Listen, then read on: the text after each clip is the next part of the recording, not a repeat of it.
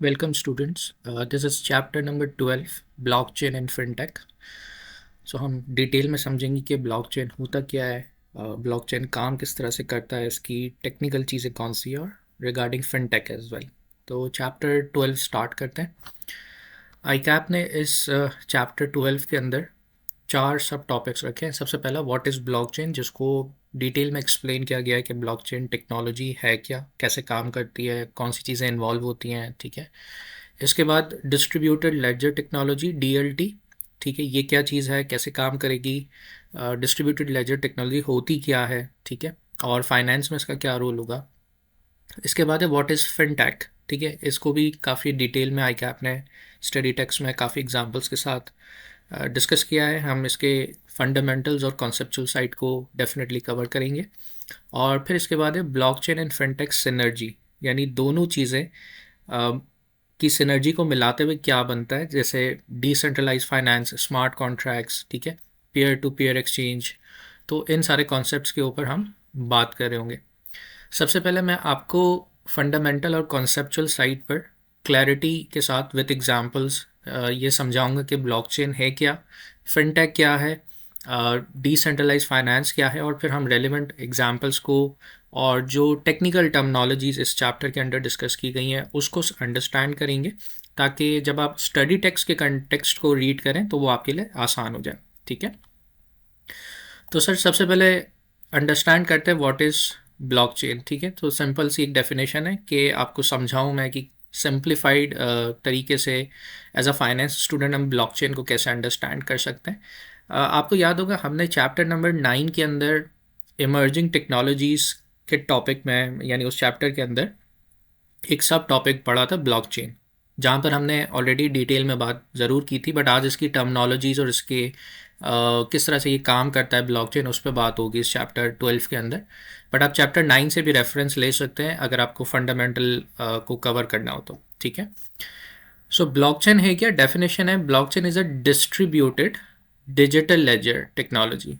ठीक है, blockchain basically base करती है एक किस तरह से, किस टेक्नोलॉजी पे, distributed digital ledger technology that record transaction, जो रिकॉर्ड करती है ट्रांजेक्शन्स को in a secure, transparent and tamper resistant way, instead of being controlled by one central authority, यानी एक सेंट्रल अथॉरिटी कंट्रोल करे, जैसे बैंक्स और गवर्नमेंट्स हमारे इस यूज़ केस में।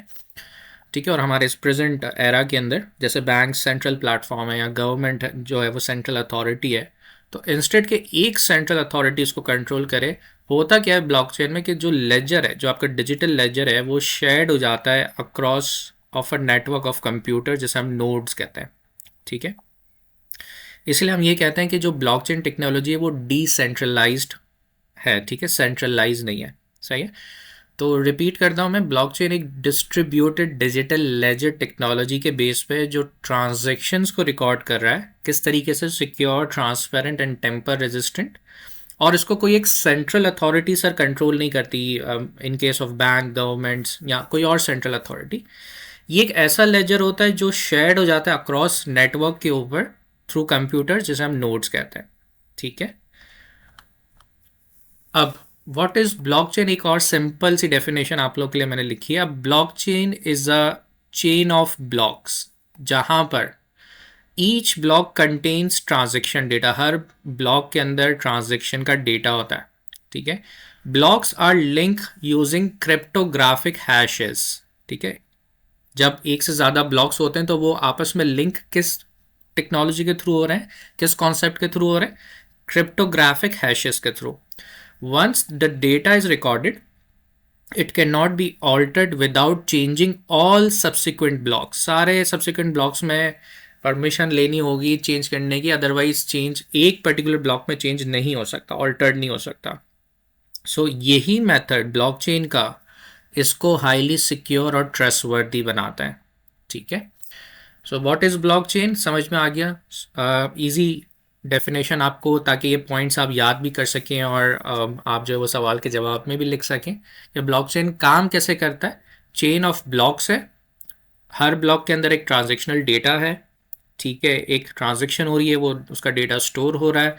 क्रिप्टोग्राफिक हैशेस के थ्रू ब्लॉक जो है वो लिंक हो जाते हैं, डेटा ऑल्टर्ड नहीं हो सकता अनटिल अनलेस के सारे सब्सिक्वेंट ब्लॉक्स के अंदर परमिशन के साथ चेंज किया जाए, जो कि ब्लॉकचेन को हाईली सिक्योर और ट्रस्टवर्दी बनाता है।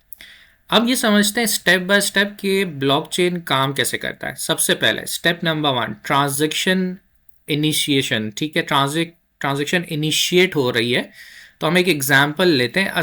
ए सेंड्स ₹10,000 टू बी। ए ने 10,000 रुपये बी को सेंड किए, किस सिस्टम के बेसिस पे? ब्लॉकचेन के बेस सिस्टम के ऊपर। ठीक है, ओके। स्टेप 2 में क्या होगा? Transaction verification. ठीक है, the transaction is broadcasted to multiple computers like nodes. Nodes क्या करते हैं? Nodes verify does A have enough balance, क्या ए के पास इतना बैलेंस है जो वो बी को भेज रहा है। नंबर 1, ठीक है, nodes. Is the transaction authentic, transaction authentic या वेरीफाइड है या नहीं है। फिर जब ये स्टेप यानी स्टेप 2 के बाद ट्रांजैक्शन की वेरिफिकेशन हो जाती है थ्रू नोड्स, तो फिर एक ब्लॉक क्रिएट हो जाता है। ठीक है, so verified transactions are grouped into a block. ठीक है, ईच ब्लॉक कंटेन्स ट्रांजैक्शन की डिटेल्स, कि ट्रांजैक्शन है किस चीज़ की, नेचर ऑफ ट्रांजैक्शन, उसकी पर्टिकुलर डिटेल्स, टाइम स्टैम्प कब हुई थी, and hash of the previous block. ठीक है, आप अपनी स्टडी टेक्स्ट में भी देखेंगे तो आपके पास आईकैप ने एक पिक्चर ड्राफ्ट की है ब्लॉकचेन की डेफिनेशन के साथ ही, कि कैसे कैसे किस किस तरह से ब्लॉक्स बने हुए हैं, वो लिंक हुए हुए हैं, और प्रीवियस हैश कोड जो है वो नेक्स्ट ब्लॉक के साथ कनेक्ट हो जाता है। So hash of a previous block. जब ये स्टेप 3 हो जाता है, ब्लॉक की क्रिएशन हो जाती है, स्टेप 4 में क्या होता है? Block added to the chain. Block is added to the existing chain. Every node updates its copy of the ledger. ठीक है, step 5, immutability. Once added, the data cannot be changed. Any attempt to alter data is immediately rejected. ठीक है, तो centralise platform में काफ़ी ऐसी गड़बड़ होती है इंटेंशनली अनइंटेंशनली फ्रॉड या एरर करने की, जो कि यहाँ पर नहीं होती, और यही सिस्टम को ट्रस्टवर्दी और हाईली सिक्योर बनाता है। तो स्टेप बाय स्टेप में हमने क्या सीखा? ब्लॉकचेन काम कैसे करता है। सबसे पहले ट्रांजैक्शन इनिशिएट होती है, ट्रांजैक्शन वेरीफाई होती है, ब्लॉक बनता है, ब्लॉक उस चेन में ऐड हो जाता है, और उसकी प्रॉपर्टीज अप्लाई हो जाती है, जैसे इम्यूटेबिलिटी। सही है। की characteristics of a blockchain. Number 1 के वो डिसेंट्रलाइजेशन का कॉन्सेप्ट आ चुका है। No single authority controls the data. Decentralization का मतलब कि आसान अल्फाजों में कोई सिंगल अथॉरिटी कंट्रोल नहीं करती डेटा को। ट्रांसपेरेंट होता है, all participants can view the transactions. Immutability, data can not be altered. Security, cryptography ensures data protection.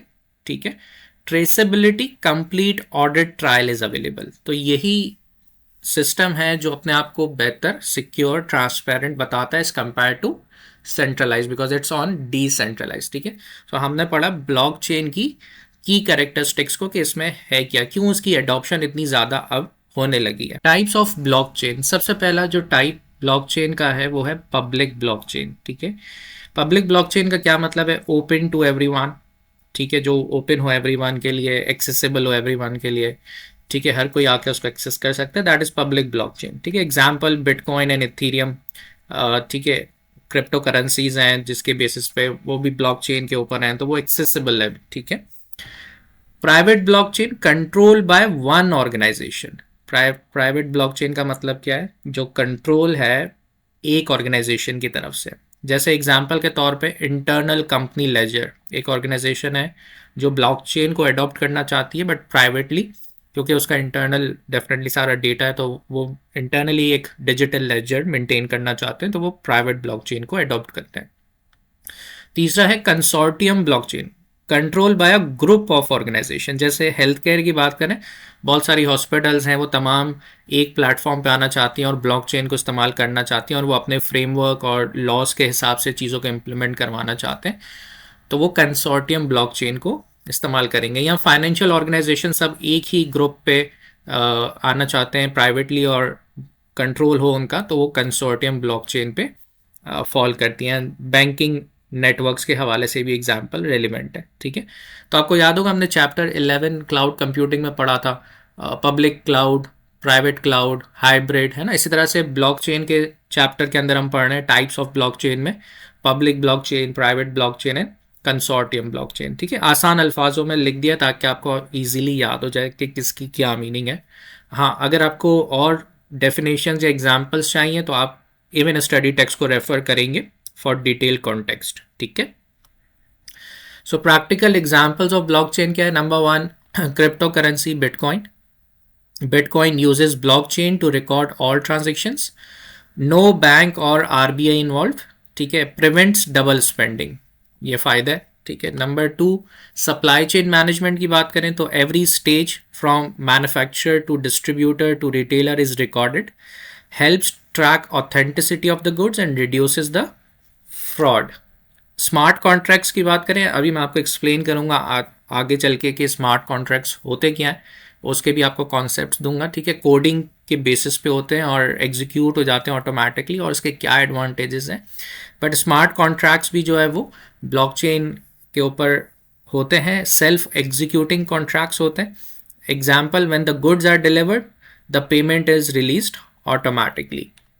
और फोर्थ एग्जाम्पल है लैंड रिकॉर्ड्स, जिसे हम रियल स्टेट भी कहते हैं। So ownership records stored on the blockchain and prevents manipulation और illegal transfers. तो आपने देखा होगा जब भी हम अपना जो घर होता है वो या तो रेंट बेसिस पे होता है या ओन्ड होता है, और इवन हम अपना घर बेच के कहीं और दूसरा घर खरीदने जा रहे होते हैं, तो आपने देखा होगा कि पाकिस्तान में कितनी ज़्यादा मैनुअल वर्किंग्स हैं और बहुत सारे चीज़ों से गुजरना पड़ता है, प्रोसेस से, जिसमें मैनिपुलेशन के चांसेस या इलीगल ट्रांसफ़र के चांसेस, या एक ही चीज़ को दो मरतबा बेच के फाइल रिकॉर्ड बना सकते हैं।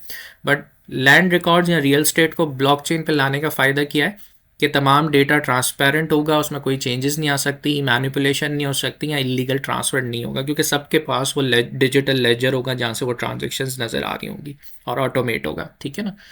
सो अभी हमने ये डिस्कस किया ब्लॉकचेन की 4 प्रैक्टिकल एग्जांपल्स कहाँ कहाँ।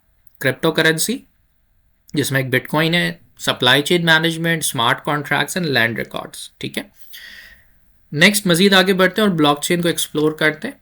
Y blockchain is important for accountants. तो ट्रेडिशनल सिस्टम्स या प्रेजेंट काफ़ी सिस्टम्स में क्या हो रहा है कि सेंट्रलाइज डेटाबेसेस हैं, मैनुअल रिकन्सिलेशन हो रही है, इतनी सारी एक्सेल की फाइल्स हैं, एक दूसरे के साथ कनेक्टेड है, प्रॉब्लम हो जाती है, कोई चीज़ करप्ट हो जाना, रिस्क, ठीक है, सिक्योरिटी, सही है। तो manual reconciliation, risk of manipulation मौजूद है।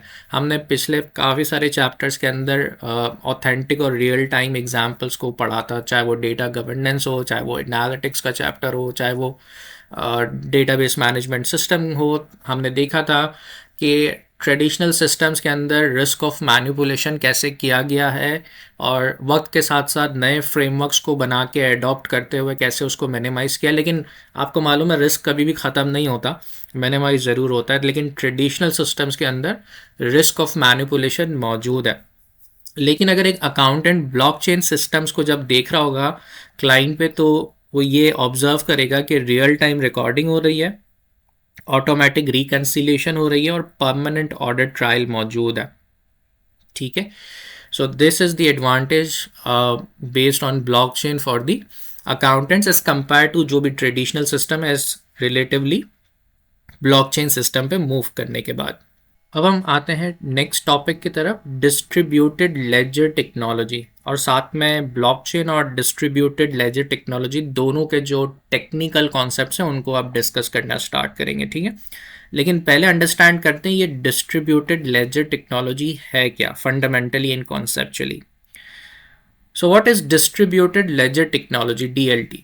Distributed ledger technology is a way of recording, ठीक है, शेयरिंग एंड सिंक्रोनाइजिंग क्या चीज, data across multiple independent computers nodes instead of storing it to one central database. ठीक है, कॉन्सेप्ट क्या है सर? डिस्ट्रीब्यूटेड लेजर टेक्नोलॉजी है क्या सर? ये एक तरीका है, किस चीज का तरीका?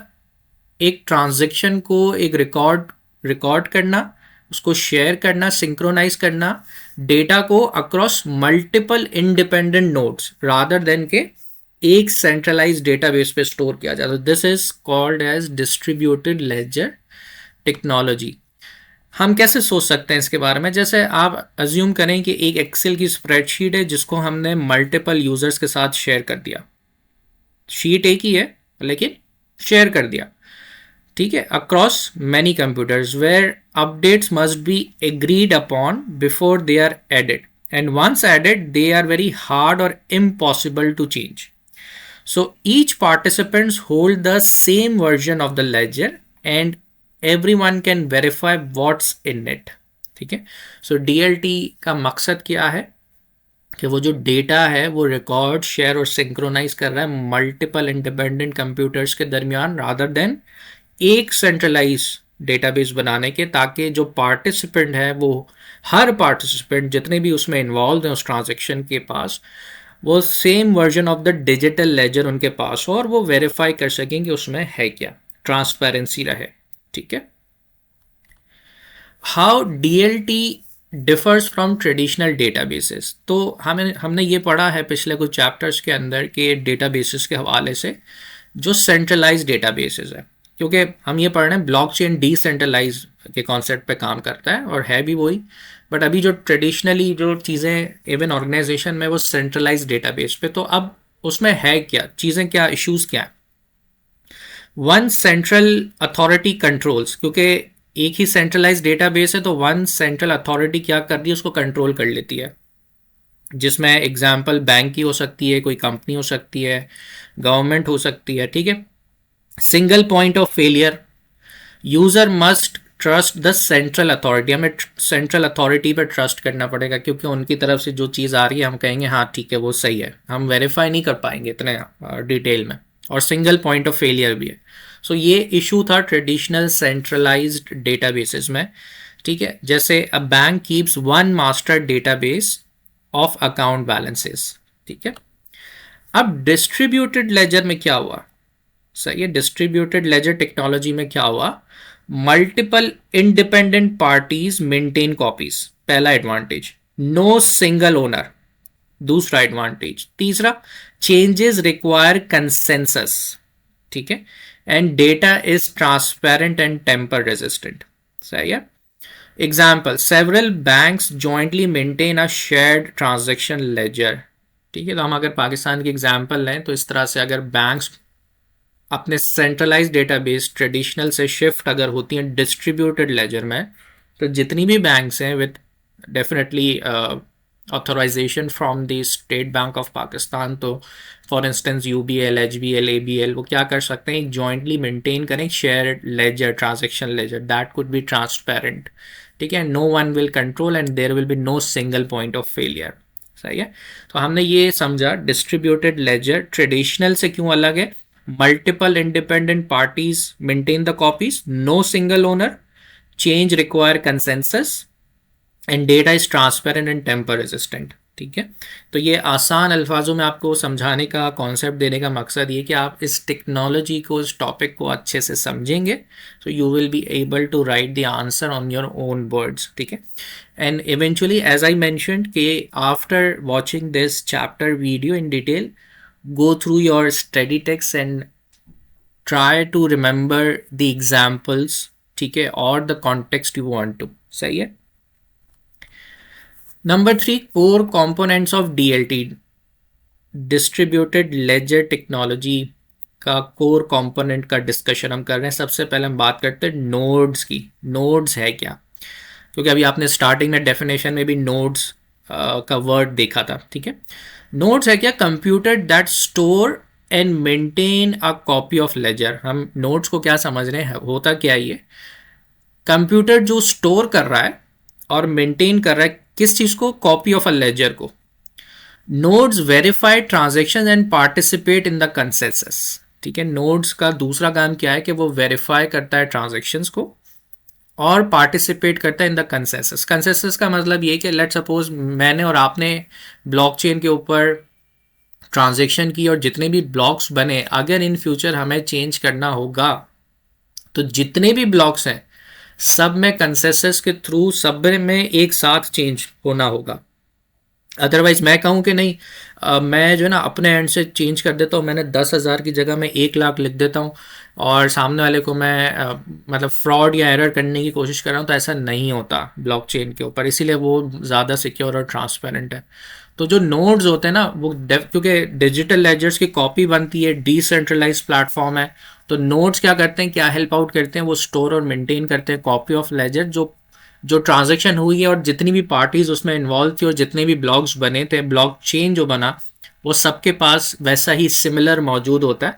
और नोड्स हेल्प करती हैं to verify the transaction and participates in the consensus. Example क्या है, in bitcoin thousands of nodes worldwide maintain the laser.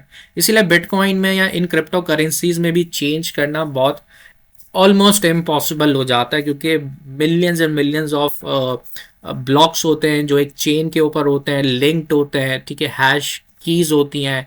तो किसी एक ब्लॉक को पिक करके हम चेंज नहीं कर सकते, हमें उस पूरी चेन में कंसेंसस के साथ चेंज करना होता है। अब ये कंसेंसस है क्या, ये आपके चैप्टर में मौजूद है, अभी हम इसको डिटेल में डिस्कस भी करेंगे, ठीक है।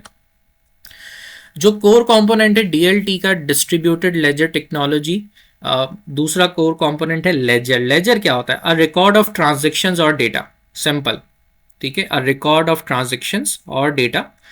Append only new data is added, old data is not erased, ठीक है। अपेंड का मतलब इंक्रीज हो जाना, यानी डेटा के अंदर 10 ट्रांजेक्शन थी, 11वीं ट्रांजेक्शन आ रही है, तो मैं कह रहा हूँ अपेंड हो रहा है मेरा डेटा, यानी इंक्रीज हो रहा है। जब अपेंड ओनली क्या मतलब, न्यू डेटा इज एडेड, कोई भी नया नया रिकॉर्ड ऐड हो गया। Old data is not erased, erase नहीं हो सकता, ये खास बात है इस टेक्नोलॉजी की, ब्लॉकचेन की। Example, a ledger entry might say company A transferred ownership of asset X to company B, तो एक नया रिकॉर्ड है, ठीक है, जो अकर हुआ है, बट पुराना वाला रिमूव नहीं होगा, सही है। नंबर 3, कंसेंसस मैकेनिज्म, ठीक है। कोर कंपोनेंट ऑफ डीएलटी का तीसरा पॉइंट क्या है, तीसरा कोर कंपोनेंट कंसेंसस मैकेनिज्म। ये होता क्या है, अब आपको यहां से समझ में आएगा। A method by which nodes agree on which transactions are valid, common types. अब कंसेंसस मैकेनिज्म में क्या है, सबसे पहले proof of work, proof of stake. अब ये है क्या, POW POS। अब इसको भी मैं मज़ीद डिटेल में डिस्कस करता हूँ जैसे ही इसकी एग्जांपल आती है। देखिए, दो तरीक़ों से आप जो है ना ब्लॉकचेन के ऊपर माइनिंग करते हैं, जनरली प्रूफ ऑफ वर्क या प्रूफ ऑफ स्टेक के थ्रू, ठीक है। कौन सा बेहतर है, proof of stake is far more better, और दुनिया के जितने भी ब्लॉकचेन टेक्नोलॉजी के जो एक्सपर्ट्स हैं वो प्रूफ ऑफ स्टेक को प्रेफर करते हैं। प्रूफ ऑफ वर्क को क्यों नहीं करते, क्योंकि प्रूफ ऑफ वर्क में आपको इंफ्रास्ट्रक्चर चाहिए, आपको हार्डवेयर के ऊपर मिलियंस ऑफ डॉलर की कॉस्ट लगानी पड़ेगी। Proof of work high energy consume करता है, जैसे बिटकॉइन है। बिटकॉइन क्या करता है, बिटकॉइन प्रूफ ऑफ वर्क के ऊपर काम करता है, ठीक है। अच्छा, अब ये डिटेल में प्रूफ ऑफ वर्क कैसे काम करता है ये मैं आपको अभी डिटेल में लेटर ऑन डिस्कस करूंगा, बट अभी मैं आपको ये समझा रहा हूँ कि कंसेंसस मैकेनिज्म में कौन कौन से तरीके हैं, कौन कौन से टाइप्स है उसकी, ठीक है। Proof of work, proof of stake, ठीक है, प्रैक्टिकल बाइजेनाइट फॉल्ट टॉलरेंस, ठीक है, common in private DLTs. Example की बात करें तो before a transaction is added most nodes must agree it's legitimate, ठीक है। अब हम यहाँ पर प्रूफ ऑफ वर्क और प्रूफ ऑफ स्टेक को अंडरस्टैंड, ऑलराइट, तो अब हम इसको पहले अंडरस्टैंड कर लेते हैं, proof of work versus proof of stake क्या है, ठीक है। देखो, प्रूफ ऑफ वर्क क्या होता है, mining capacity depends on computational power, ठीक है। जो माइनिंग करते हैं वो पूरी डिपेंड होती है कंप्यूटेशनल पावर, और उसके लिए हैवी इलेक्ट्रिसिटी पावर जो है ना वो कंज्यूम होता है, जिससे कॉस्ट हाई हो जाती है। प्लस आपको हार्डवेयर चाहिए, आपको वो सिस्टम्स चाहिए, ठीक है। तो ये प्रूफ ऑफ वर्क एक्सपेंसिव होता है, ठीक है। Number 2, miners receive block rewards to solve a cryptographic puzzle.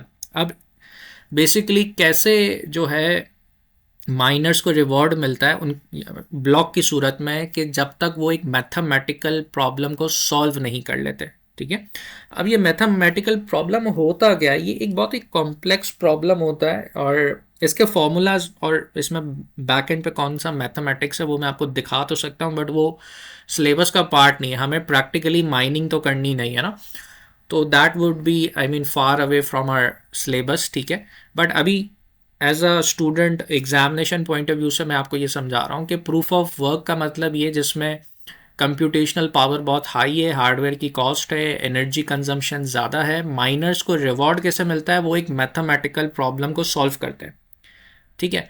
अच्छा, अब इसको थोड़ा सा इमेजिन करके बता देता हूँ। लेट सपोज है ना, आप एक क्लासरूम में बैठे हैं, ठीक है। उस क्लासरूम में लेट सपोज के 15 लोग हैं, 15 बच्चे हैं, ठीक है। अब आप 100 भी सोच सकते हो, 200 भी सोच सकते हो, लेकिन मैं ये कह रहा हूँ एक क्लासरूम में 15 बच्चे हैं और उन हर एक बच्चे को ना हमने एक पजल दिया हुआ है, ठीक है। अब पजल सॉल्व कैसे होगा कि सारे पीसेस को राइट एरियाज पे आप लगाओगे तो वो पिक्चर आपके सामने आ जाएगी ना, और फिर आपको रिवॉर्ड मिल जाता है, ठीक है।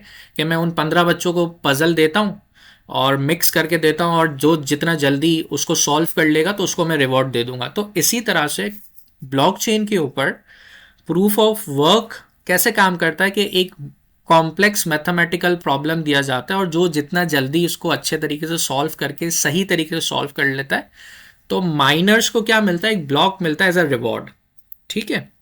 अभी हम इसको इस तरह से समझ रहे हैं।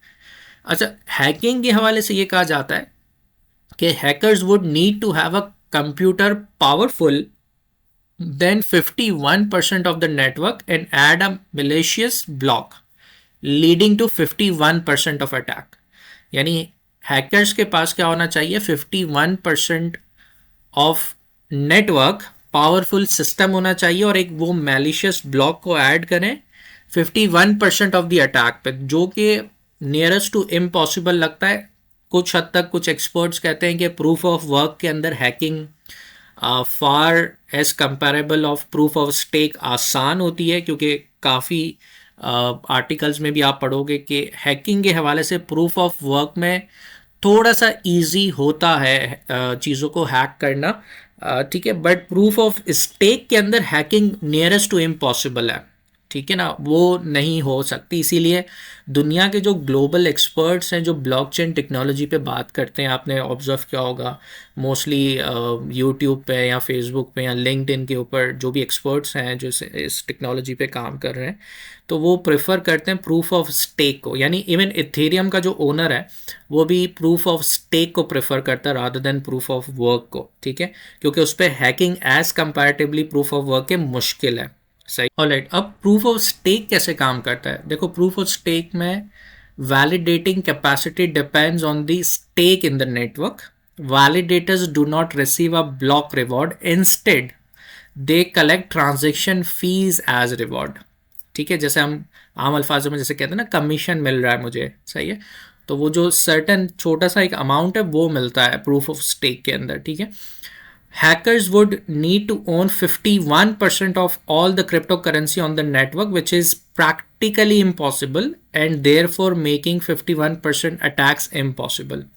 तो हैकिंग प्रूफ ऑफ स्टेक में उस वक्त होगी जब 51% होगा। किस चीज़ का 51% होगा, जब पूरी क्रिप्टो करेंसी जो नेटवर्क पे है उसका 51%, जो कि प्रैक्टिकली इम्पॉसिबल है कि हैकर के पास पहले इतनी चीज़ें हों और फिर वो जो है वो अटैक करे, तो वो इसको इम्पॉसिबल बनाता है प्रूफ ऑफ स्टेक के कॉन्सेप्ट के हिसाब से, ठीक है।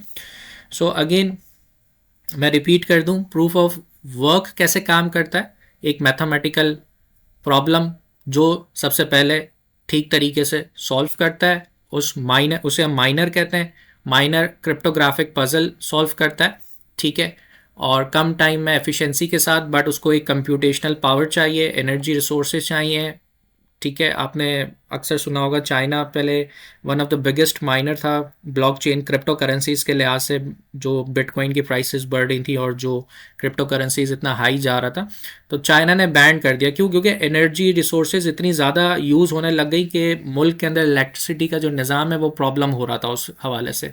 इस तरह से दूसरे कंट्रीज़ ने भी बैन लगा दिया था इनिशियली, ठीक है ना, क्योंकि कंप्यूटेशनल पावर बहुत ज़्यादा चाहिए, हार्डवेयर चाहिए, हाई रिसोर्सेज चाहिए, कॉस्ट ज़्यादा लगती है उसके ऊपर, और hacking up to some extent possible हो सकती है प्रूफ ऑफ वर्क के अंदर। लेकिन अब प्रायोरिटी किसे दी जा रही है, प्रूफ ऑफ स्टेक को, जहां पर जो वैलिडेटर होता है उसको पूरा ब्लॉक नहीं मिलता, बस उसको एक छोटा सा transaction fees as a reward मिल जाती है और वो उसको कलेक्ट कर लेता है। और हमने ये समझा कि hacking on the proof of stake is nearest to impossible, जिसका रीजन यहाँ पर लिखा हुआ है। ठीक है, तो अब I hope up to some extent आपको प्रूफ ऑफ वर्क और प्रूफ ऑफ स्टेक समझ में आया होगा। स्टिल अगर आपको कोई क्लैरिटी चाहिए तो एनिमेटेड वीडियो मेरी इस यूट्यूब की प्लेलिस्ट पे मौजूद है, वहां जाकर आप देख सकते हैं। ठीक है, प्रूफ ऑफ वर्क और प्रूफ ऑफ स्टेक के कुछ डिफरेंशिएशन है, वो मैं आपको दिखा देता हूँ। प्रूफ ऑफ वर्क के ऊपर अगर सबसे पहले पॉइंट पे बात करें वैलिडेटिंग नोड्स की, नोड्स को हम ऑलरेडी डिस्कस कर चुके हैं। ठीक है, कि नोड्स होते क्या हैं। अब वैलिडेटिंग नोड्स की बात हो रही है। सबसे पहला key aspect of proof of work and proof of stake के ऊपर, प्रूफ ऑफ वर्क के अंदर जो लोग होते हैं उनको हम माइनर्स कहते हैं। ठीक है, वो माइनर्स हैं। प्रूफ ऑफ स्टेक में वैलिडेटर्स होते हैं।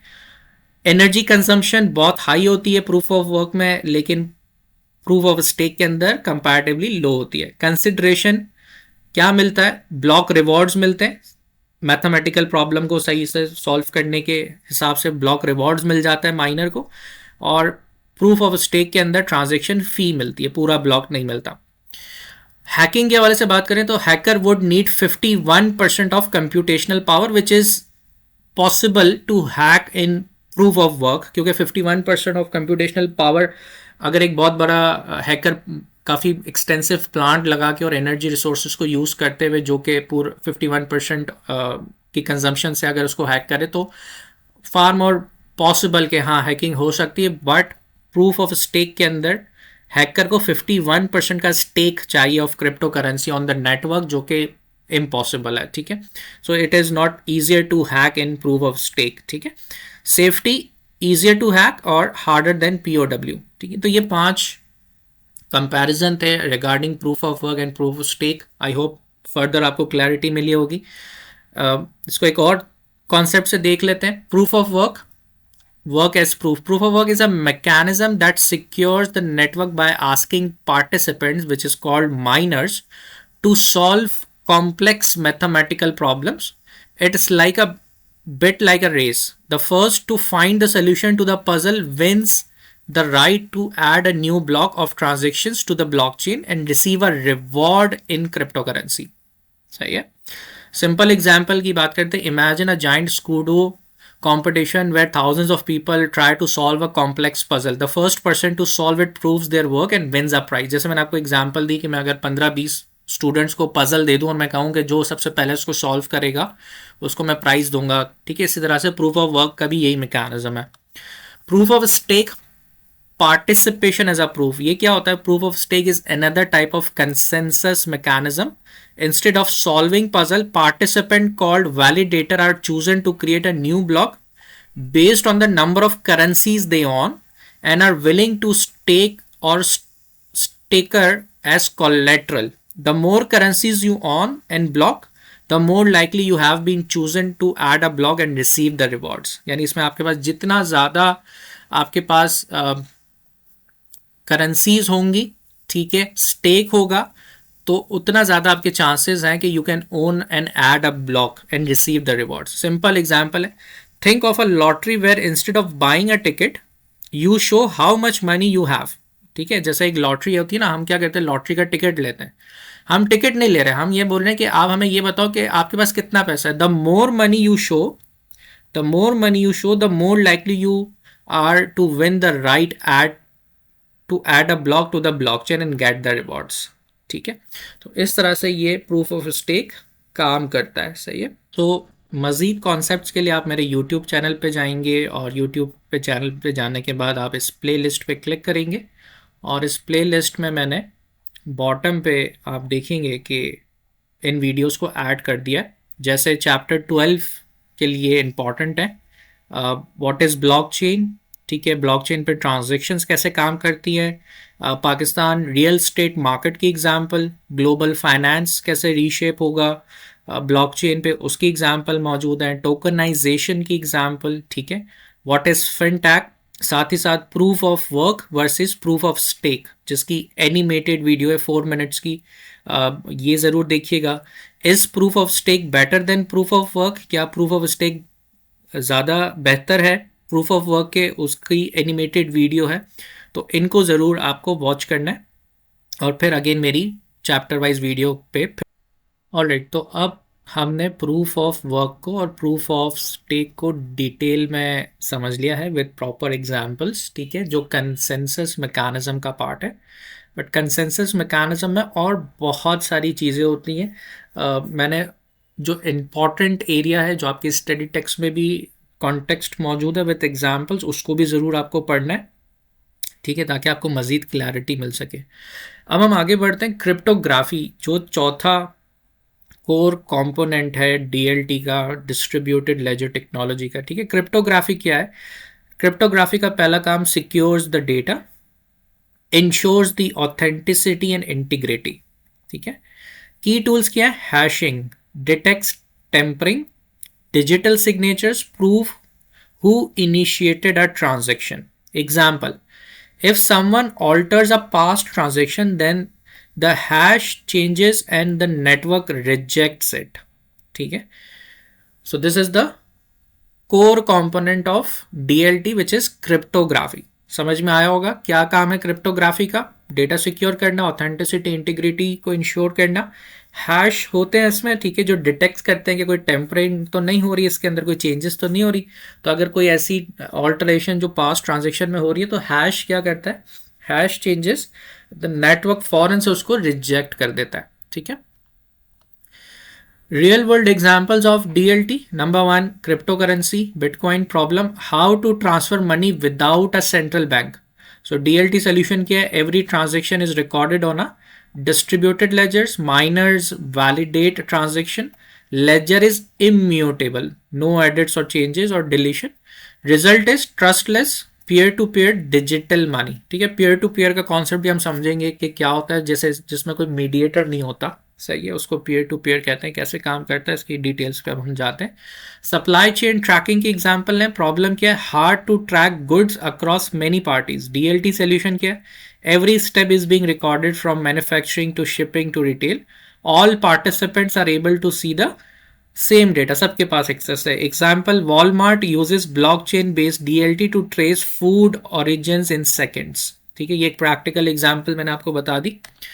स्मार्ट कॉन्ट्रैक्ट्स में कैसे यूज होता है? प्रॉब्लम है contracts require intermediaries and manual enforcement, ठीक है। इस वक्त अगर हम प्रेजेंट की बात करें सेंट्रलाइज प्लेटफॉर्म्स की, तो वहां पर इंटरमीडिएटरीज और मैनुअल इन्फोर्समेंट यूज होते हैं। लेकिन स्मार्ट कॉन्ट्रैक्ट्स क्या होते हैं?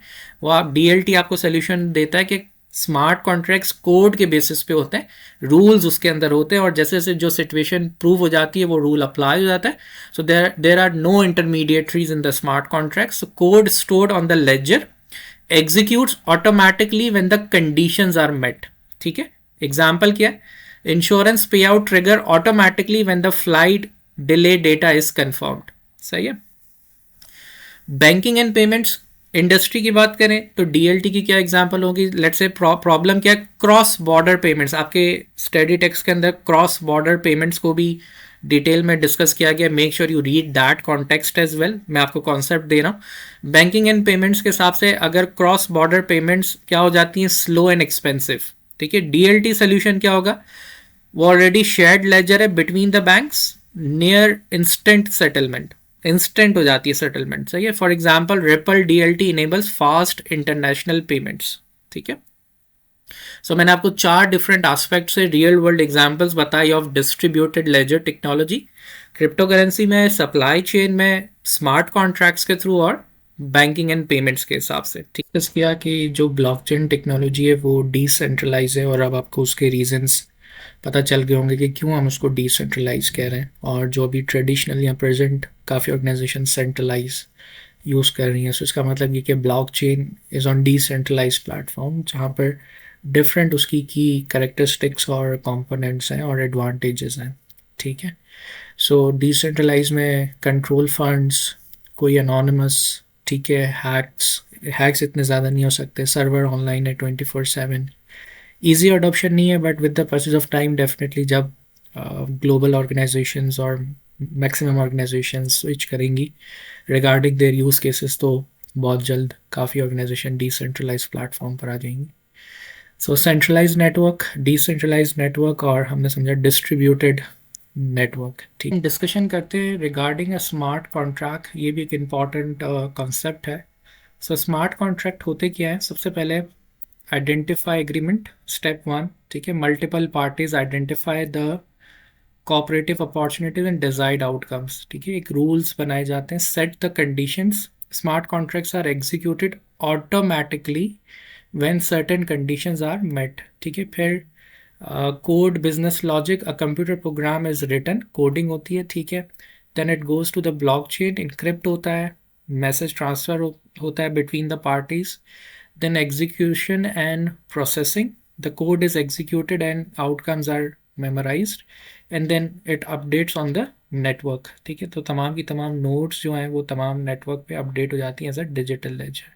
सो this is how the smart contract works.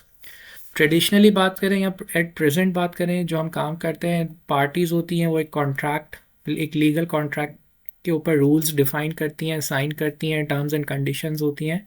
Third party as an intermediary involve हो जाती है, चाहे वो बैंक हो, कोई और कंपनी हो या गवर्नमेंट हो, और फिर उसकी एग्जीक्यूशन होती है। स्मार्ट कॉन्ट्रैक्ट में क्या होता है? पार्टीज़ होती हैं, एक स्मार्ट कॉन्ट्रैक्ट ऑटोमेटिकली उसमें रूल्स डिफाइन होने के बाद वो ऑटोमेटिकली एग्जीक्यूट हो जाता है। ठीक है, रूल्स के बेसिस पे, और कोडिंग होती है उसके अंदर। ठीक है, और वो ब्लॉकचेन टेक्नोलॉजी पे है। So a smart contract is a self executing digital agreement written in code, जैसे मैंने कहा। ठीक है, written in code and stored on a blockchain. It automatically runs and enforces rules when predefined conditions are met. सही है, without needing a middleman like bank, lawyer or platform. सही है, तो इजी अल्फाजों में स्मार्ट कॉन्ट्रैक्ट एक्सप्लेन कर दिया। एक और डेफिनेशन है, अ smart contract is a code that automatically carries out an agreement once its conditions are satisfied. How it works? Think of a vending machine. आपने एक वेंडिंग मशीन में पैसे डाले, आपने एक प्रोडक्ट सेलेक्ट किया, और वेंडिंग मशीन क्या करती है? Automatically delivers the item. So a smart contract works in the same way. If the condition X happens, then Y executes. ठीक है, for example, if Alice sends 1 Ethereum, then Bob automatically receives a digital assets. Once deployed, this happens automatically and cannot be altered. सही है, so key characteristics क्या है इसकी? Number 1 is smart contract की key characteristics: automatic, executes without human intervention, trustless, no need to trust the other party, transparent, anyone can inspect the code, immutable, cannot be changed once deployed, secure, protect by blockchain cryptography. Cryptography मैंने explain already कर दिया है। ठीक है, popular platforms, Ethereum is the most popular and widely used, then Solana or Binance Smart Chain. ठीक है, where smart contracts are used, कहाँ कहाँ used होते हैं smart contracts? So cryptocurrencies and decentralized finance, जिसे हम DeFi कहते हैं, जिसमें lending, stacking and swaps, NFTs, supply chain tracking, insurance payout, gaming, digital identity, ये सारे यूज केसेस हैं फॉर द स्मार्ट कॉन्ट्रैक्ट्स। तो अगर एक सेंटेंस में बात करें, a smart contract is a blockchain based program that automatically enforces an agreement when the conditions are met. ठीक है, सिंपल हो गया। पीयर P2P मीन्स पीपल और computers interact directly with each other without a central middleman. ठीक है, without a central middleman. Peer means an equal participant. Two peer means directly one to one, peer to peer. ठीक है, in P2P systems everyone is both a user and a provider because there is no middleman. So everyone is both user and the provider. So in traditional centralized systems, you send something to the company, to the server, and then it gives to the other person. Whereas in peer-to-peer system, you and only the other person, so no central authority controlling or routing everything. So अगर हम daily basis पे कोई example लें, तो अगर कोई एक non टैक example लें, जैसे हमने नोट्स को शेयर किया है क्लास में, तो अगर सेंट्रलाइज तरीके से समझें, everyone uploads notes to one teacher.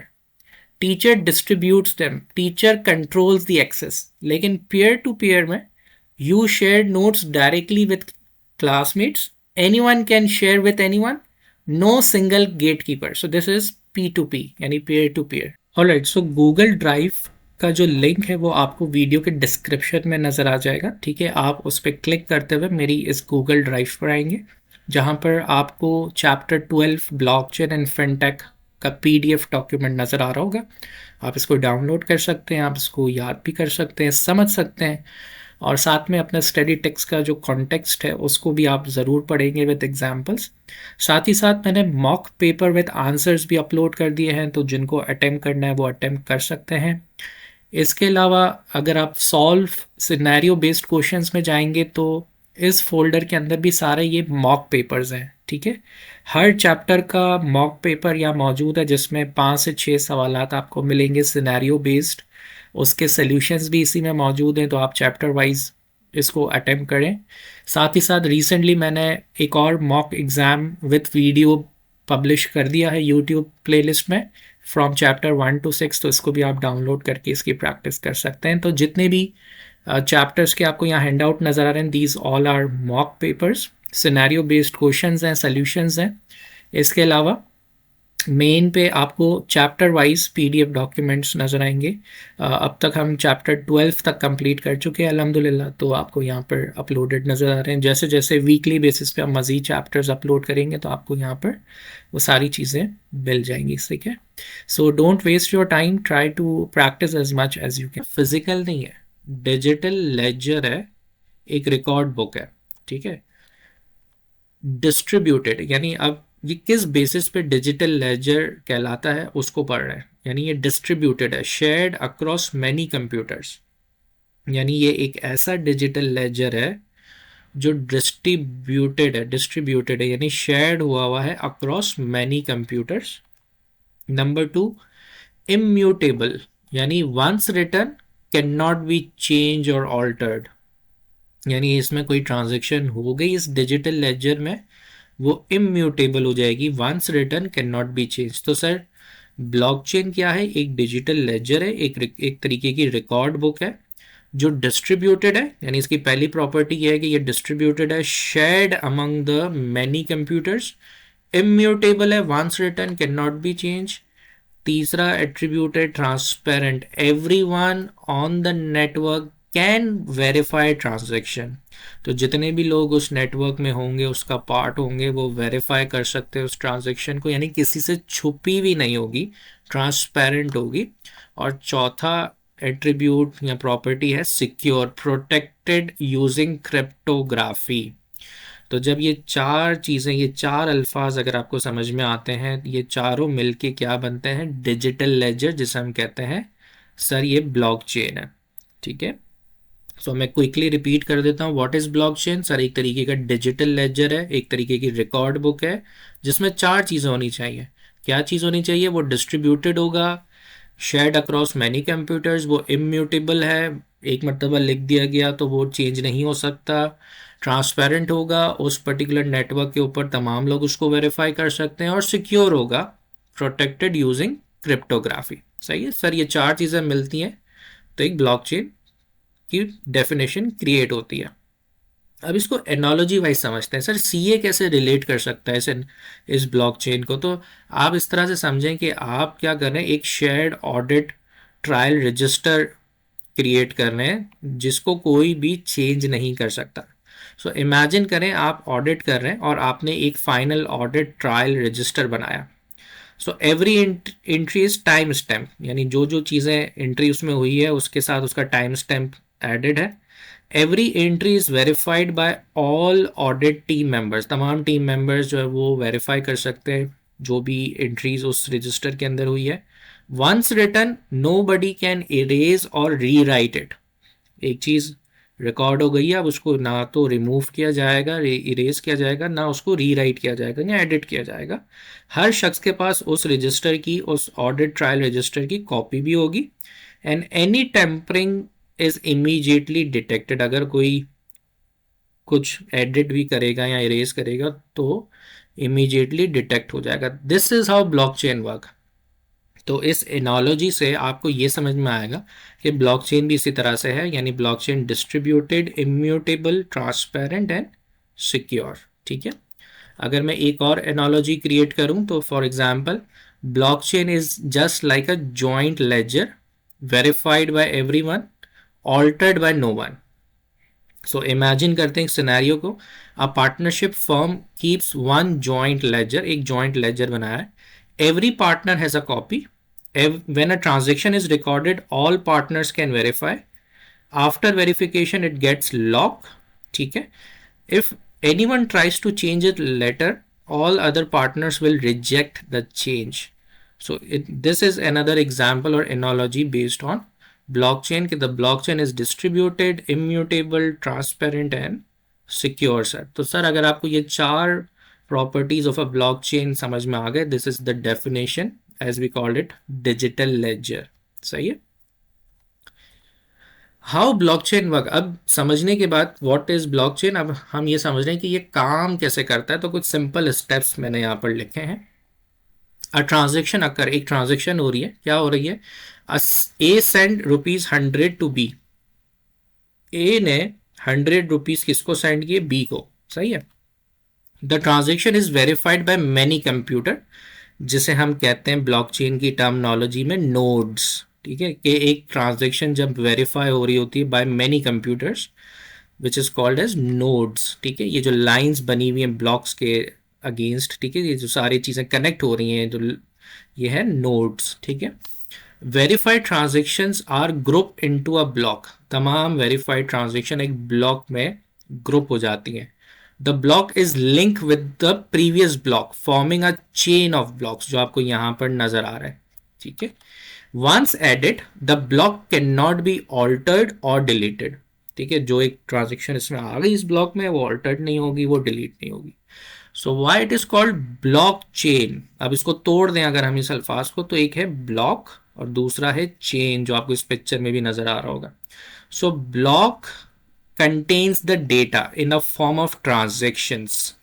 Chain is a link of blocks created over time. तो जितनी जितनी ट्रांजेक्शन्स आती जाएंगी, वो डेटा आता जाएगा, वो ब्लॉक बनते जाएंगे और एक ब्लॉक चेन क्रिएट हो जाएगा उस पर्टिकुलर फॉर्मेशन का। Together it forms blockchain, means a continuous permanent history. सही है। So this is known as blockchain in easy words. तो आई होप आपको समझ में आया होगा कि ब्लॉकचेन क्या है। मैंने बहुत आसान तरीके से आपको एक्सप्लेन कर दिया कि how it works and why it is called the blockchain. So block contains the data, transactions. Chain is a link of blocks which is created over time, क्योंकि उसमें continuously data आता रहेगा and that will be shared among the blocks. ठीक है, और हर previous block एक दूसरे block से लिंक हो जाएगा, that can not be altered और deleted. So this means a blockchain is a continuous permanent history उसके अंदर होती है। ठीक है।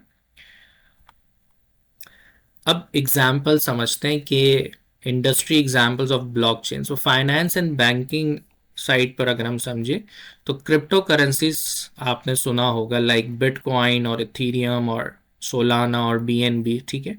तो ब्लॉकचेन के ऊपर जो करेंसी यूज होती है उसे हम कहते हैं क्रिप्टो करेंसीज। ब्लॉकचेन पे कोई पाकिस्तानी करेंसी या यूएस डॉलर यूज नहीं होता। ब्लॉकचेन के ऊपर हम क्रिप्टो करेंसीज को यूज कर रहे होते हैं। They are use for cross border payments, smart contracts for automatic payments. Automatic payments के लिए हम स्मार्ट कॉन्ट्रैक्ट्स बनाते हैं। ये होते क्या है अभी हम इसको डिटेल में डिस्कस करेंगे, और साथ ही साथ एंटी फ्रॉड ट्रांजेक्शन हिस्ट्री के लिए।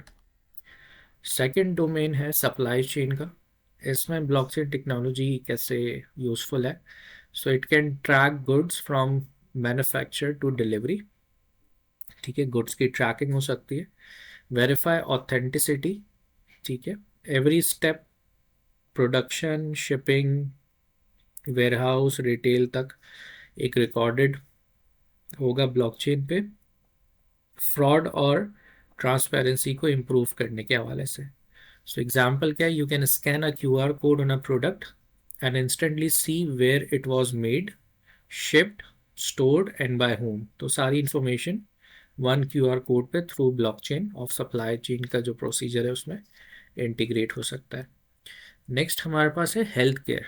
ठीक है, पेशेंट्स के जो रिकॉर्ड्स हैं वो सिक्योर होंगे, जो भी मेडिसिन हैं, ड्रग्स हैं, ट्रेसेबिलिटी होगी उसकी, hospital to hospital data sharing without falsification. ठीक है, रियल एस्टेट की बात करें तो लैंड रजिस्ट्री, ट्रांसपेरेंट तरीके से प्रॉपर्टी की ओनरशिप देना, और डबल सेलिंग या फ्रॉडुलेंट जो लैंड पेपर्स हैं, जो एक बहुत बड़ा इशू है, उसको प्रिवेंट कर सकता है ये ब्लॉकचेन। इसके अलावा गवर्नमेंट और पब्लिक सेक्टर के अंदर आइडेंटिफिकेशन, वेरिफिकेशन डिजिटल होगी, ट्रांसपेरेंट होगी, वोटिंग सिस्टम मज़ीद ट्रांसपेरेंट हो सकता है, general sales tax, GST, invoice tracing हो सकती है, और एंटी करप्शन सिस्टम्स जो है वो ऐड ऑन हो सकते हैं। Blockchain in technology in real estate में एक्चुअली मसला क्या है कि क्योंकि मैनुअल पेपर्स वर्किंग बहुत ज़्यादा होती है ऐसी कंट्रीज़ में, ऐसे सिटीज़ के अंदर, तो एक ही ओनरशिप दो लोगों के पास चली जाना, या कोई ओनरशिप एग्जिस्ट ही नहीं करती उसको सेल कर देना, फ्रॉड हो जाना, ठीक है ना। बट अगर इसकी डिजिटाइजेशन और डिसेंट्रलाइज करें, देखिए एक चीज़ यहाँ पर फोकस करने वाली है कि ब्लॉकचेन टेक्नोलॉजी जो है वो सेंट्रलाइज नहीं है, ब्लॉकचेन टेक्नोलॉजी है वो डिसेंट्रलाइज है। ठीक है, तो इस डिसेंट्रलाइज प्लेटफॉर्म के ऊपर क्या होगा कि हम प्रिवेंट कर सकेंगे कोई किसी किस्म की टेम्परिंग हो रही हो, या ओनरशिप की जो ट्रांसफ़र है वो स्मार्ट कॉन्ट्रैक्ट्स के थ्रू हो।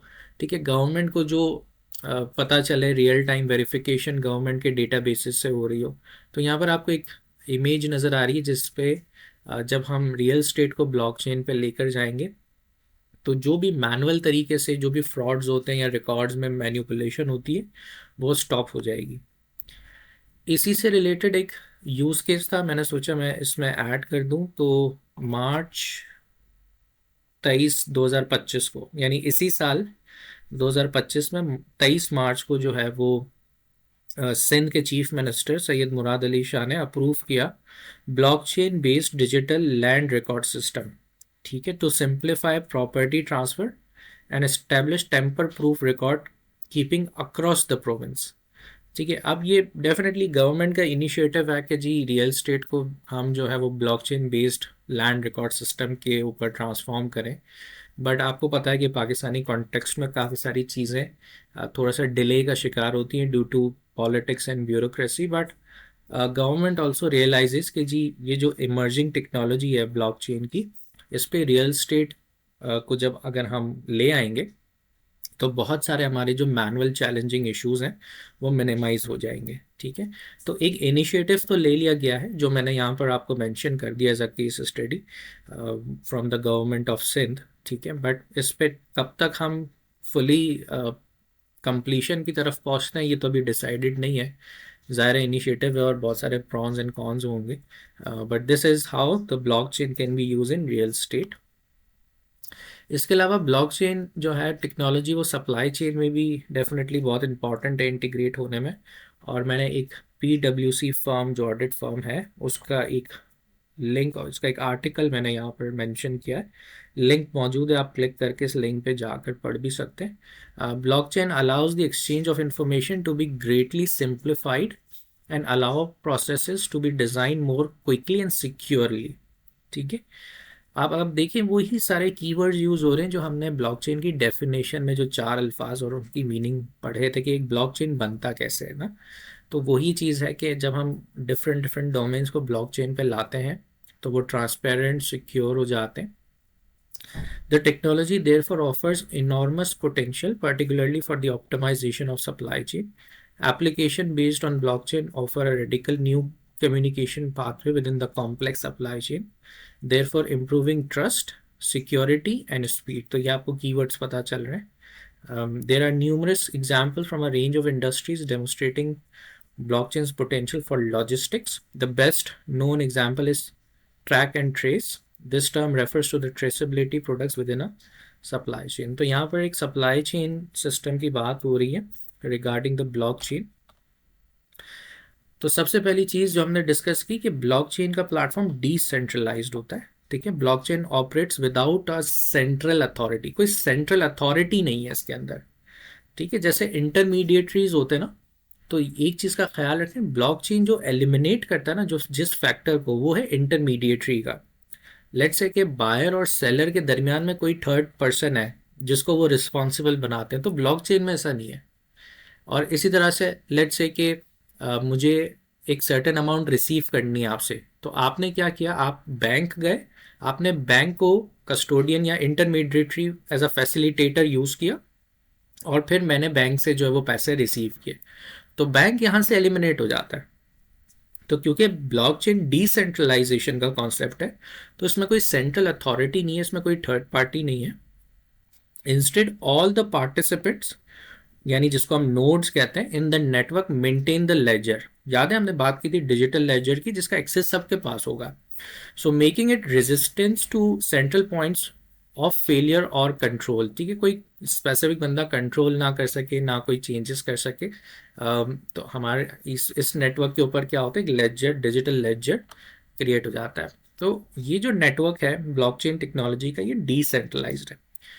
Immutability, once a block is added to the chain, it cannot be altered or delete.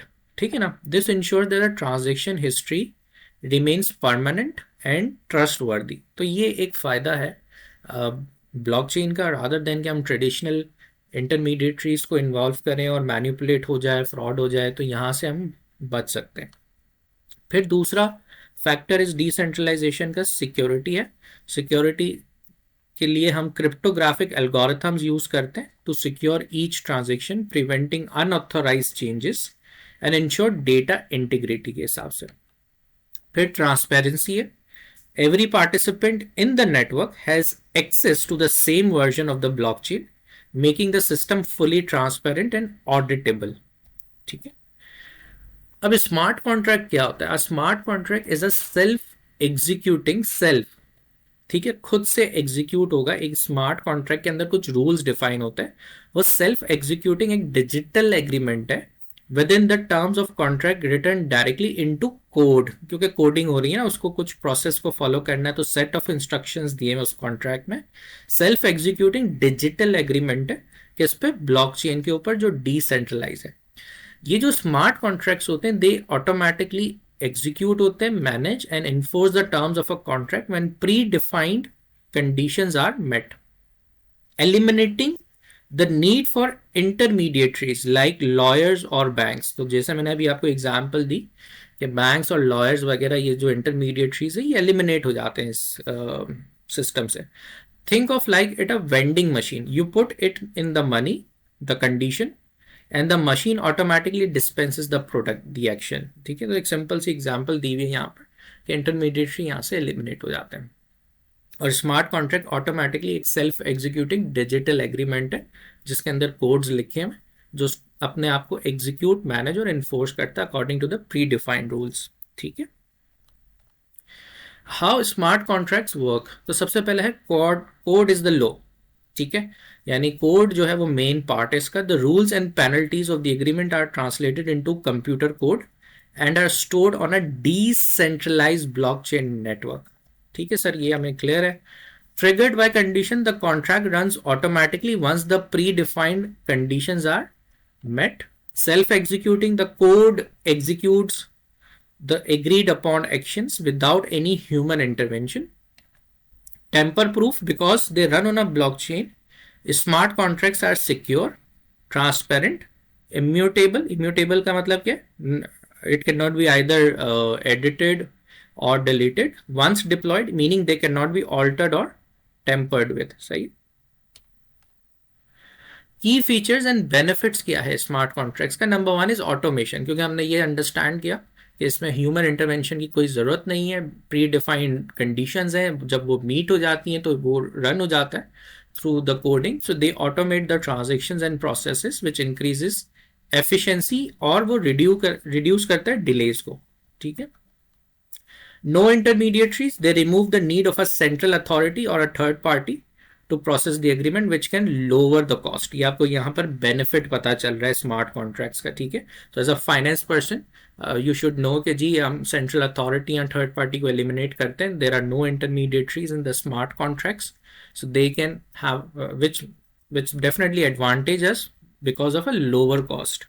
Security, क्योंकि ये डिसेंट्रलाइज है और इम्यूटेबल इन नेचर है, तो ब्लॉकचेन इंश्योर करता है कि कॉन्ट्रैक्ट सिक्योर रहे और can not be easily changed और हैक। तो इसको हैक करना भी बहुत मुश्किल है as compare to traditional methods, और इसको चेंज करना भी मुश्किल है, ठीक है, हो नहीं सकता और होगा नहीं क्योंकि बहुत ज़बरदस्त सिक्योरिटी है इस पर। अब वो डेफिनेटली किस तरह की सिक्योरिटी और पीछे कौन से हैश टैग्स और कोडिंग होती है, that depends on a developer, but हम इसको इस तरह से समझ रहे हैं कि it can not be easily changed और हैक्ड, ठीक है।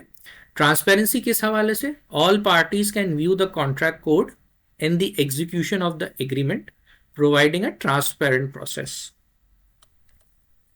सो एग्जाम्पल्स अगर हम लें स्मार्ट कॉन्ट्रैक्ट्स की in the supply chain domain, so automatically release कर देगा पेमेंट किसको, सप्लायर को, once the delivery is confirm on the blockchain. तो जैसे ही डिलीवरी कंफर्म हो गई, सो सप्लायर को पेमेंट ऑटोमेटिकली रिलीज हो गई, स्मार्ट कॉन्ट्रैक्ट है।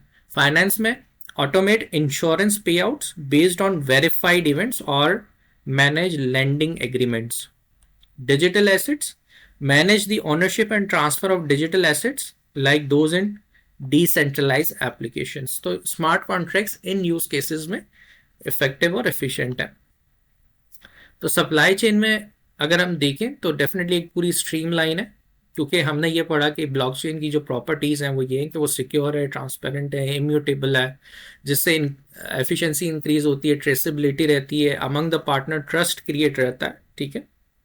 तो इस पिक्चर के अंदर आपको समझ में आ रहा होगा कि किस किस तरह से सप्लाई चेन मैनेजमेंट के अंदर ब्लॉकचेन जो है वो अपना एक इम्पैक्ट रखता है।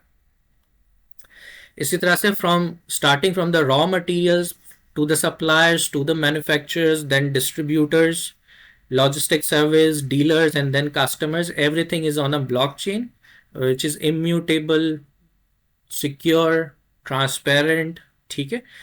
ये भी अगेन जो सोर्स है ये इमेज PwC के आर्टिकल एनालिसिस से हमने एक्सट्रैक्ट किया है, और फिर पूरा एक इकोसिस्टम बनता है from tracking to identity to agile agreements, smart contracts, API integration and then data analytics, ठीक है। ब्लॉकचेन एजुकेशन डोमेन में भी यूज केस बन सकता है। लेट्स सपोज मैं एक यूनिवर्सिटी से अपना मास्टर्स कंप्लीट करता हूँ। अब सेंट्रलाइज पे क्या होता है, मैनुअली मुझे HSC जाना पड़ता है, फिर डिग्री को वेरीफाई करवाना पड़ता है, फिर मुझे अगर किसी फॉरेन कंट्री में अप्लाई करना हो तो उस यूनिवर्सिटी से फिर से मुझे ऑथेंटिकेशन चाहिए, यूनिवर्सिटी में जाके लेटर लिखना, बहुत सारे मैनुअल स्टेप्स है, बहुत ज़्यादा डिले है, बहुत मरतबा कहते हैं कि रिश्वत भी देनी पड़ती है अनफॉर्चुनेटली कुछ कंट्रीज़ के अंदर। तो यहाँ पर ब्लॉकचेन पे अगर हम एजुकेशन को ले आए तो होगा क्या, क्रेडिबिलिटी होगी, ट्रांसपेरेंसी होगी, कोई किसी किस्म का कोई डिलीशन या एडिशन नहीं हो सकता उसमें। तो from employers to students to teachers, क्योंकि जब हम किसी यूनिवर्सिटी से डिग्री भी लेते हैं तो हमें उस एम्प्लॉयर को ये भी बताना होता है कि भाई ये अटेस्टेड है, ये वेरीफाइड है, हमने किया है। आपको याद होगा हमारे कुछ सालों पहले मीडिया के ऊपर केसेस आए थे जाली डिग्री के, है ना।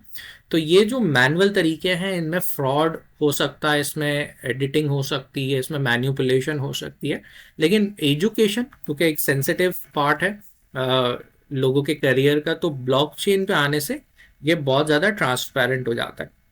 सो होगा क्या इसमें कि एक इंस्ट्रक्टर इंटर करेगा रिकॉर्ड्स को, वो एडमिन के पास भी होंगे, ठीक है, वो ब्लॉकचेन के नेटवर्क पे भी होंगे। उससे फ़ायदा क्या होगा कि वेरिफिकेशन ऑन द स्पॉट हो सकेगी, ट्रांसपेरेंसी के साथ हो सकेगी। अगर कोई एक्सटर्नल एंटिटी है, कोई ऑर्गेनाइजेशन है, कोई ऐसा इदारा है जिसको वेरीफाई करना है, तो क्विक रिस्पॉन्स उसको मिल जाएगा on the spot. Academic records maintain हो रहे होंगे जैसे ही मेरी क्वालिफिकेशन अपडेट होगी, तो मुझे क्या करना है, सिर्फ लिंक प्रोवाइड करना है फॉर द वेरिफिकेशन, और पूरा इकोसिस्टम ऑटोमेटिकली डिसेंट्रलाइज होगा, कोई इंटरमीडिएटरी इसमें इन्वॉल्व नहीं होगा। सो this is a simplified formation of blockchain in education. इसी तरह से एक और डायग्राम है, इलस्ट्रेशन है ब्लॉकचेन टेक्नोलॉजी इन एजुकेशन, जहाँ पर आप डिफरेंट यूनिवर्सिटीज से, लेट सपोज आपने मैट्रिक किया, इंटरमीडिएट किया, फिर आपने ग्रेजुएशन किया, तो अब अलग अलग बोर्ड्स इन्वॉल्व हो जाते हैं। लेकिन अगर हम एजुकेशन को ब्लॉकचेन पे ले जाएं तो तमाम एजुकेशन इंस्टीट्यूशंस एक ही डिसेंट्रलाइज प्लेटफॉर्म पे होंगे। उस पर्टिकुलर पर्सन ने कहाँ से मैट्रिक किया, इंटर कंप्लीट किया, डिग्री वेरीफाई होना, वैलिडेट होना, ठीक है ना, और ब्लॉकचेन के नेटवर्क पे वो होगी, तो तमाम लोग उसको देख सकेंगे, ठीक है, और सिक्योर तरीके से होगी वो चीज़, वेरीफाइड विद इन सेकेंड्स हो जाएंगी, ठीक है, वैलिडेट हो जाएंगी, और आसानी हो जाएगी। जो मैनुअल प्रोसीजर्स हम कर रहे होते हैं, जैसे कि एचएससी से वेरीफाई कराओ, फिर इससे अटैच्ड करवाओ, बहुत सारी प्रॉब्लम्स होती हैं हमें, तो वो सब रिजॉल्व हो जाएंगी, ठीक है ना। स्मार्ट कॉन्ट्रैक्ट्स डेफिनेटली, जैसे हमने कहा कि बायर और सेलर के दरमियान एक ऑटोमेटेड प्रोसेस है बेस्ड ऑन सर्टेन कंडीशंस के, अगर जो मीट हो जाती हैं और बीच में कोई इंटरमीडिएटरी नहीं रहता, ठीक है। स्मार्ट कॉन्ट्रैक्ट कैसे काम करता है? आइडेंटिफाई करता है agreement when multiple parties identify opportunities and desired outcome. Condition set की जाती हैं जो ट्रांसलेट हो जाती हैं इनटू कोडिंग और business logic, then they encrypt on blockchain technology, फिर उसकी एग्जीक्यूशन होती है जब रूल मीट कर जाते हैं और नेटवर्क पे वो अपडेट हो जाता है। That's how a simple smart contract work on blockchain, ठीक है। इसी तरह से एक और एग्जांपल दी हुई है, पार्टी वन है, पार्टी टू है, उन्होंने एक स्मार्ट कॉन्ट्रैक्ट बनाया बेस्ड ऑन सर्टेन कंडीशन, वो ट्रांसलेट हुआ इनटू कोडिंग, ठीक है, ट्रांजेक्शन अकर हुई, वो ब्लॉक के अंदर ऐड हो गई, और जैसे जैसे ब्लॉक्स ऐड होते जाएंगे एक चेन क्रिएट होती जाएगी जिसे हम नोड्स कहते हैं, और ये ब्लॉकचेन नेटवर्क पे दोनों पार्टीज को ट्रांसपेरेंसी से नजर आएगा और उसमें कोई एडिशन डिलीशन नहीं होगी, नया रिकॉर्ड जरूर आ सकता। अब हम सबसे पहले प्रैक्टिकली ये देखते हैं कि ऑडिट फर्म्स जो है वो रिलेटिवली ब्लॉकचेन और फिनटेक के हवाले से क्या चीज़ें कर रही हैं, ठीक है। तो एट प्रेजेंट 2025 में और going forward regarding blockchain and fintech की जो पॉलिसीज़ हैं, इम्प्लीमेंटेशन है, इंडस्ट्री की बेस्ट प्रैक्टिसेस हैं, उस पर्सपेक्टिव से सबसे पहले हम इस चैप्टर को देख लेते हैं ताकि हमें पूरा एक ओवरव्यू मिल जाए। और आप ही के डोमेन में जब स्टूडेंट जो है वो आर्टिकलशिप के लिए फर्म में जाता है और या इंडस्ट्री में जाता है, तो ये जो इमर्जिंग टेक्नोलॉजीज़ हैं ये किस तरह का काम इस वक्त परफॉर्म कर रही हैं, ठीक है। तो मैंने जो इस वीडियो में एग्जांपल्स ली हैं वो ऑडिट फर्म्स की ही ली है क्योंकि वो ज़्यादा रेलेवेंट है आपके सब्जेक्ट से भी। तो उसमें PwC, डिलॉयट, KPMG, EY, ठीक है, ये बिग फोर वगैरह मैंने फर्म्स जो है वो उनकी वेबसाइट्स के लिंक्स यहाँ पर आपको नज़र आएंगे, web pages regarding blockchain and fintech, सही है। तो अगर PwC की बात करें, मैंने लास्ट वीडियोस में भी मेंशन किया था अबाउट ऑडिट फर्म्स के दुनिया भर में अब जितनी भी ऑडिट फर्म्स हैं, ठीक है, वो सिर्फ ऑडिट की सर्विसेज नहीं दे रही हैं, यानी ऑडिट, अश्योरेंस या टैक्स की सर्विसेज सिर्फ नहीं देती, क्योंकि वक्त के साथ साथ इन्होंने लेट 90s के एरा से निकल के अर्ली 2000s और अब 2025 में ये मूव हो गई हैं वर्टिकली और हॉरिजॉन्टली। इन्होंने अपना बिजनेस एक्सपैंड किया है रिगार्डिंग कंसल्टेशन साइड पर भी, और जितनी भी इमर्जिंग टेक्नोलॉजीज़ हैं उससे रिगार्डिंग, चाहे वो आर्टिफिशियल इंटेलिजेंस हो, बिग डेटा एनालिटिक्स हो, बिजनेस इंटेलिजेंस हो, उनके टूल्स की एडॉप्शन या इम्प्लीमेंटेशन हो क्लाइंट पर, वो तमाम सर्विसेज भी अब ये ऑडिट फर्म्स देती हैं। बाकायदा डिपार्टमेंट्स हैं इन ऑडिट फर्म्स के अंदर ग्लोबल लेवल के ऊपर, ठीक है।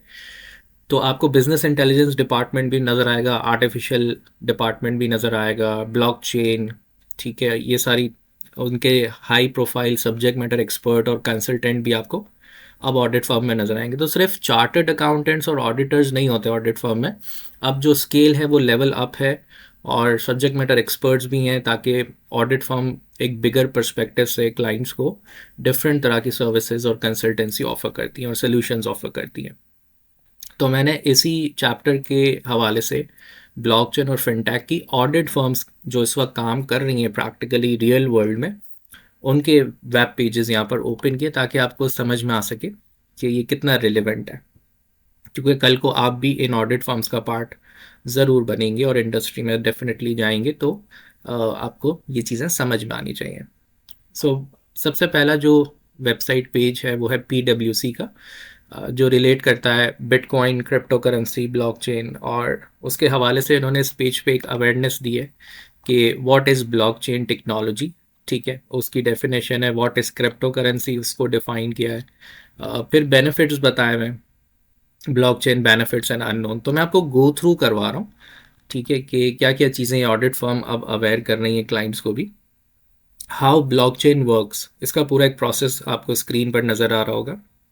जिसमें बताया गया स्टेप बाय स्टेप कि ब्लॉकचेन किस तरह से काम करता है, ठीक है। From someone request transaction to the transaction complete के दरमियान में कितने स्टेप्स होते हैं और किस तरह से होते हैं।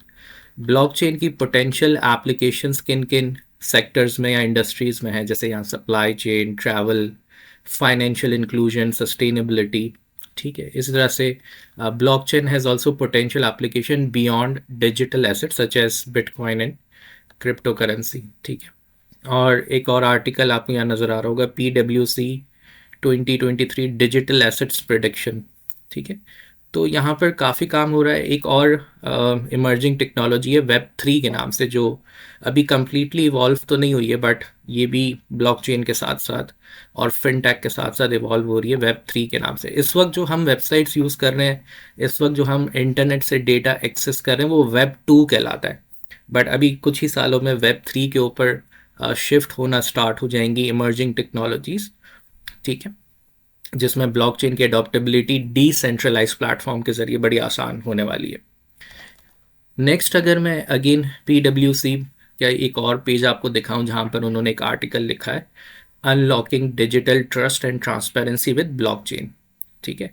तो इसका मतलब ऑडिट फर्म काम कर रही हैं इस पर, उनकी बड़ी नज़र है, क्योंकि क्लाइंट्स डेफिनेटली मूव करेंगे डिसेंट्रलाइजेशन पर और ब्लॉकचेन की एडॉप्शन पर। तो उस हिसाब से यहाँ पर इन फर्म्स के अंदर अकाउंटेंट्स अपने आप को अवेयर कर रहे हैं और किस किस तरह से काम चीज़ें, फाइनेंशियल मैटर्स डिफरेंट होने वाले हैं एज़ कम्पेयर टू पिछले 15-20 सालों की जो ट्रांसफॉर्मेशन जर्नी है। So related to sustainability, efficiency, regularity environment के हवाले से, ठीक है। फिर इन्होंने लिखा है कि where blockchain is making a difference, ठीक है, ग्लोबल पेमेंट्स, एसेट टोकनाइजेशन, ये मैं आपको सारी चीज़ एक्सप्लेन करूंगा कि टोकनाइजेशन क्या होती है ब्लॉकचेन में, प्रोसेस ऑटोमेशन, ठीक है। अभी सिर्फ मैं आपको दिखा रहा हूँ कि किन डोमेन्स में आपकी ऑडिट फर्म्स किस तरह से चीज़ों को इम्प्लीमेंटेशन फेज से गुजार रही है, ठीक है। इसी तरह से देखो, डेटा गवर्नेंस, गवर्नेंस को हमने पढ़ा था चैप्टर नंबर 2 में, है ना। तो ज़ाहिर है जब इमर्जिंग टेक्नोलॉजी है तो उसकी गवर्नेंस के हवाले से भी फ्रेमवर्क्स डिफाइन होंगे, सही है। तो अगेन काफ़ी सारे आर्टिकल्स यहाँ पर मौजूद हैं। फिर इसके बाद एक डॉक्यूमेंट है, establishing blockchain policy bye PwC, आप देख सकते हो, ठीक है, strategies for the governance of distributed ledger technology ecosystems, ठीक है। तो एक पॉलिसी भी हमें नज़र आ रही है जो ऑडिट फर्म ने पब्लिश की है, और ये हुई है फ्यूचर ब्लॉकचेन समिट के अंदर, ठीक है। दुबई में इसका एक कॉन्फ्रेंस हुआ होगा डेफिनेटली, और ये एक डेफिनेटली एक काफ़ी एक कॉम्प्रिहेंसिव और एक्सक्लूसिव पॉलिसी है जिसके अंदर काफ़ी चीज़ें डिस्कस हो रही हैं, टेक्नोलॉजी, स्टैंडर्ड्स, गवर्नेंस, ठीक है। फिर again essentials of a policy, जिसमें intellectual property, models, privacy, security, ठीक है। तो आप देख सकते हो किस तरह से एक्सटेंसिवली काम हो रहा है ब्लॉकचेन पर, ठीक है। तो इन सब से गो थ्रू करवाने का मकसद ये आपको अवेयर करवाना कि किस तरह से ऑडिट फर्म्स जो है वो फ्रेमवर्क्स, पॉलिसीज़ और चीज़ों को लेकर आ रही है आहिस्ते आहिस्ते। इसके बाद एक और ऑडिट फर्म की बात करते हैं, डिलॉयट की, ठीक है। उन्होंने भी उनकी वेबसाइट पे भी ब्लॉकचेन एंड डिजिटल एसेट्स के बारे में उन्होंने कुछ चीज़ें डिस्क्राइब की हैं, crypto alerts and policy updates, ठीक है। तो यहाँ पर crypto benefits for corporations, stable coins, payments and adoption. अभी इस वक्त दिसंबर 2025 में पाकिस्तान ने भी बाइनेंस के साथ कुछ कोलैबोरेशंस और पार्टनरशिप्स की हैं, और मोस्ट प्रोबेबली 2026 के अंदर स्टेबल कॉइन हमें ज़रूर नज़र आएगा, और देखेंगे कि किस तरह से स्टेट बैंक ऑफ पाकिस्तान और जो भी रेगुलेटरी अथॉरिटीज़ हैं जो फ्रेमवर्क्स बनाएंगे, उनकी पेमेंट्स और एडॉप्शन कैसे होगी पाकिस्तान के स्टेबल कॉइन्स के through on blockchain technology and crypto as well, ठीक है। टोकनाइजेशन इन फाइनेंशियल सर्विसेज, ठीक है, इसको भी डिस्क्राइब किया है। Proof of work, proof of stake and proof of experience definitely involve होता है ब्लॉकचेन के अंदर। कौन कौन सी चीज़ें आप देख सकते हो, लॉन्च एंड ग्रो, ठीक है, helping corporates chart with their part to crypto maturity, blockchain transformation, payment solutions, ठीक है, with evolvement of fintech as well, asset tokenization, exchange capability, buy, hold, sell, lend, facilitating corporate adoption and then assurance, ठीक है। तो देखिए काफ़ी सारे sectors में जो है ये इम्पैक्ट लेकर आ रहा है। सही है। फिर आपको अगेन एक और पेज पे लेकर जाते हैं। ये भी डेलॉइट की वेबसाइट पे, blockchain explain in under 100 words, तो एक आर्टिकल लिखा है अबाउट द ब्लॉकचेन, ठीक है, और एक वीडियो मौजूद है। Is your business ready for blockchain, again one more article, और उसके बारे में what you can do with a blockchain, आप क्या क्या कर सकते हैं विद द ब्लॉकचेन। यहाँ पर डोमेन्स हैं। स्मार्ट कॉन्ट्रैक्ट्स क्या होते हैं हम इस चैप्टर में पढ़ेंगे, ठीक है। Digital assets as a chartered accountant perspective क्या चीज़ें होती हैं उसमें इन्वॉल्व, उसके बारे में। The Deloitte blockchain practice, innovation and ideation, strategy development, product development, prototyping, ठीक है।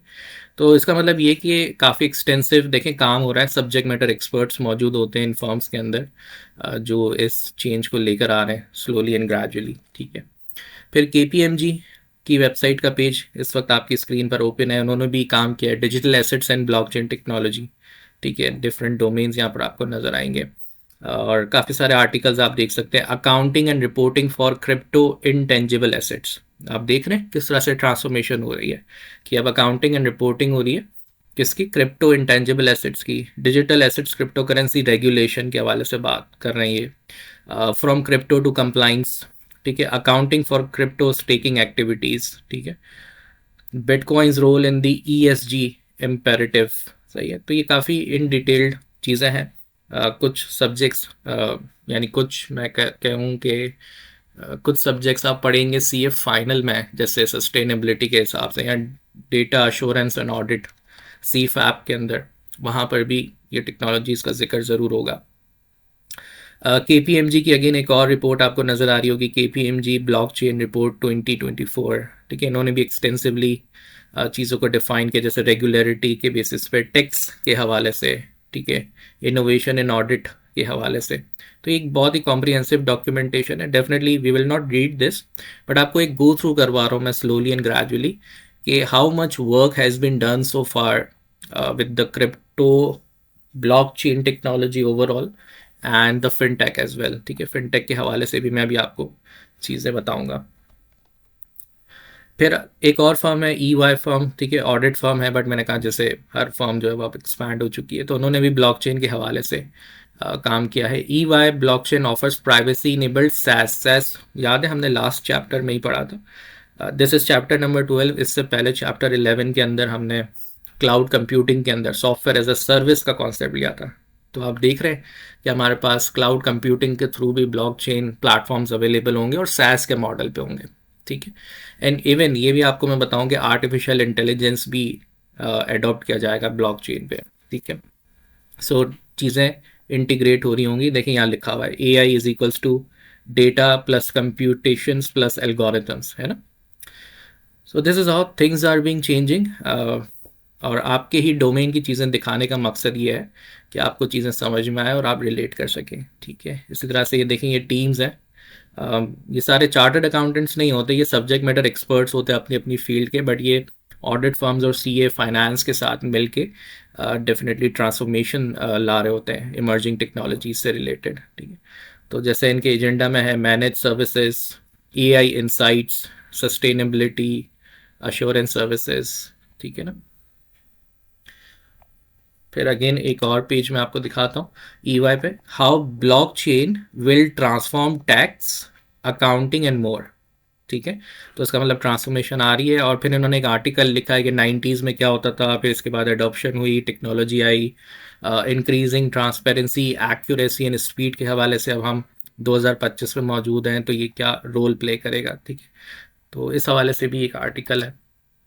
ई वाई ब्लॉकचेन प्लेटफॉर्म, ठीक है, transform your business life cycle with our blockchain platform, promoting trust, transparency and efficiency, ठीक है। और फिर ये ई वाई ने ब्लॉकचेन पोर्टफोलियो पूरा बनाया हुआ है, डिफाइन किया हुआ है। आप मज़ीद रीड आउट कर सकते हैं blockchain.ey.com के ऊपर, ठीक है। So this is how things have been going to the transformation phase, and this is the exciting area, जहाँ पर अब जो चार्टर्ड अकाउंटेंट्स हैं definitely they will work on new rules and regulations, frameworks, governance policies, and on the emerging technologies जिसमें blockchain and fintech है। ठीक है, तो आई होप आपको एक ओवरऑल पर्सपेक्टिव मैंने गो थ्रू करवा दिया है, समझ में आया होगा।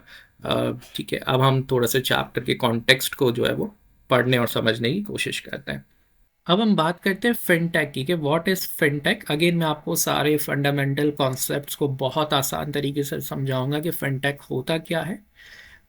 उसको समझने के बाद आपको स्टडी टेक्स्ट में जाना है और वो उस कॉन्टेक्स्ट को पढ़ना है और उस एग्जाम्पल्स को याद करना है, ताकि आप अच्छे से अपने सवालात के जवाबात में उसको लिख सकें। ठीक है, तो पहले हम समझते हैं कि ये फिनटेक है क्या। देखिए, फिनटेक का मतलब है फाइनेंशियल टेक्नोलॉजी, और फिनटेक ऑलरेडी एग्जिस्ट करता है। जैसे अगर आप ऑनलाइन पेमेंट्स के लिए जो गेटवेज यूज़ करते हैं, जैसे सिंपल एग्जांपल रखें तो इजी पैसा, जैस कैश, ठीक है, या फिर कोई different application, PayPro, PayFirst, ठीक है, इस तरह की चीज़ें जो other than banks as a fintech platforms है, जो आपकी फाइनेंशियल ट्रांजैक्शंस थ्रू टेक्नोलॉजी को करने में मदद दे रही हैं। ठीक है, सो फिनटेक है क्या, refers to the use of technology to improve, automate and innovate financial services. तो डिजिटल तरीके से फाइनेंशियल सर्विसेज का लेन देन इम्प्रूव, ऑटोमेट और इनोवेट किया जा रहा है थ्रू फिनटेक टेक्नोलॉजी। सही है, जिसमें मैंने आपको एग्जांपल मोबाइल प्लेटफॉर्म्स की दी है। ठीक है, it combines finance plus technology to make financial processes faster, cheaper and more accessible and more efficient for the business and consumers। ठीक है, तो एक्सप्लेन कर रही है ये डेफिनेशन कि फिनटेक है क्या, टेक्नोलॉजी को यूज़ करते हुए फाइनेंस को इम्प्रूव, ऑटोमेट और इनोवेट किया जा सके, सर्विसेज दी जा सके। इस तरह की सर्विसेज तेज तरीन, फास्टर, चीपर और एक्सेसिबल और एफिशिएंट, किसको, बिजनेसेस को और कंज्यूमर्स को। ठीक है, What is fintechs? Again, एक और simple definition है। Fintech is the application of technology to deliver financial services through digital platform instead of traditional manual और paper based system। सही है, ये तो बहुत क्लियर हो गई डेफिनेशन। ट्रेडिशनल फाइनेंस में जैसे एक शख्स है, वो बैंक जा रहा है, पेपर वर्किंग कर रहा है, फिर मैनुअल वेरिफिकेशन हो रही है, एक हफ्ते के बाद उसको रिस्पॉन्स आ रहा है, फिर वो जा रहा है, फिर उस चीज़ों को पिक कर रहा है। ठीक है, बट फिनटेक क्या करती है, fintech is a basically a system और technology of finance which has applications, automations, AI, artificial intelligence. It can be on centralized, it can be on blockchain as well, more preferably on the decentralized network, यानी blockchain पे हो, and it is integrated with application programming interface API so that the data can be exchanged easily। ठीक है, और more third party applications could be connect। सही है, सो traditional finance की example मैंने आपको दी एज कंपेयर टू फिनटेक के अंदर क्या चीज़ें मौजूद होती हैं। सो अगर हम इवोल्यूशन ऑफ फिनटेक देखें, जैसे मैंने कहा ये नई चीज़ नहीं है, ऑलरेडी थी, बट अब इम्प्रूव हो रही है with the passage of time. So phase one हम देख सकते हैं प्री 2000 या लेट 90s आप कह सकते हैं, physical branches, manual accounting, cheques and cash. ठीक है, फिर हम फेज़ टू पे बढ़ते हैं जो 2000 से लेके 2010 के दरमियान, जिसमें डिजिटल बैंकिंग का एरा आया, जिसमें हमने एक्सप्लोर किया internet banking, ATMs, core banking systems. अब हमारे पास फेज़ थ्री है मॉडर्न फिनटेक, जो 2010 से प्रेजेंट पे, जिसमें mobile payments, digital wallets, AI driven lending, blockchain and crypto and robo advisors for investments. ठीक है, तो phase three is more important, जो फिनटेक के ऊपर काम हो रहा है। सही है, so I hope this is giving you a more clear picture where the fintech is currently. ठीक है, ऑफ फिनटेक क्या है, सबसे पहले यानी हम टेक्नोलॉजी वाइज पढ़ेंगे और उसका फिनटेक में क्या रोल है। सो मोबाइल ऐप्स कस्टमर इंटरफेस के लिए और उसके एक्सेस के लिए, cloud computing, data storage and scalability के लिए। ठीक है, एआई एंड मशीन लर्निंग। अब क्लाउड कंप्यूटिंग हम पढ़ चुके हैं ऑलरेडी डिटेल में। ठीक है, अब तो आपको यहाँ पे इसका रोल नज़र आ रहा है। ठीक है, क्योंकि कनेक्ट हो रहा है चैप्टर। सो फिनटेक डेफिनेटली स्केलेबल और डेटा स्टोरेज के लिए क्लाउड कंप्यूटिंग यूज़ करती हैं ऑर्गेनाइजेशंस जो फिनटेक की सर्विसेज दे रही होती हैं। एआई एंड मशीन लर्निंग, ताकि ऑटोमेटिकली कम टाइम में क्रेडिट स्कोरिंग और फ्रॉड डिटेक्शन से हम एल्गोरिथम्स बना के कंट्रोल कर सकें। बिग डेटा, डेटा ज़ाहिर है उसका साइज़ जो 5 V's हमने पढ़े थे उस हिसाब से बिग डेटा की डेफिनेशन पे पूरा आ रहा है। सो कस्टमर इंसाइट्स को हैंडल करने के लिए ब्लॉकचेन यूज़ करेंगे, सिक्योर ट्रांजेक्शन्स के हवाले से APIs, ताकि मल्टीपल प्लेटफॉर्म्स आपस में इंटीग्रेट हो सके। And then cyber security important for data protection. So आप देख सकते हैं कि किस किस तरह से अलग अलग टेक्नोलॉजीज आपस में कंबाइन होते हुए एक सोल्यूशन ड्राइव कर रही हैं फॉर फाइनेंशियल सर्विसेज, जिसे हम फिनटेक कहते हैं। ठीक है, तो अब आप, आई होप कि आपको समझ में आ रहा होगा कि what fintech is all about, और वो किन टेक्नोलॉजीज़ के बेसिस पे डिपेंडेंट होती है, और किस तरह का एक नया चेंज हमें नज़र आ रहा है रिगार्डिंग फाइनेंशियल सर्विसेज के सोल्यूशंस पे। ठीक है, major fintech segments with examples. Number one, digital payments and wallets. ठीक है, आपके पास डिफरेंट नाम आपको नज़र आ रहे होंगे। ये हम क्यों यूज़ करते हैं? Instant fund transfer, no physical cash required.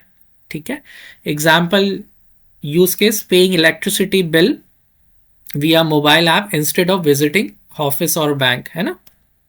Next, digital bankings और नियो बैंक्स। ठीक है, no physical branches, application based banking हो रही है। तो अब हमारे पास ऐसे बैंकिंग स्ट्रक्चर्स आ रहे हैं जिनकी फिजिकल ब्रांचेस नहीं है, शायद एक या दो रिप्रेजेंटेटिव ऑफिसेज हैं for cost centre side and administration side पे, या एक सेंट्रल ऑफिस और एक ब्रांच रखी हुई होती है, और ज़्यादातर उनकी डिजिटल ब्रांचेस होती हैं। ठीक है, और एप्लीकेशन बेस्ड होती हैं। तो हम ये कॉन्सेप्ट देख रहे हैं डिजिटल बैंकिंग और नियो बैंक्स का।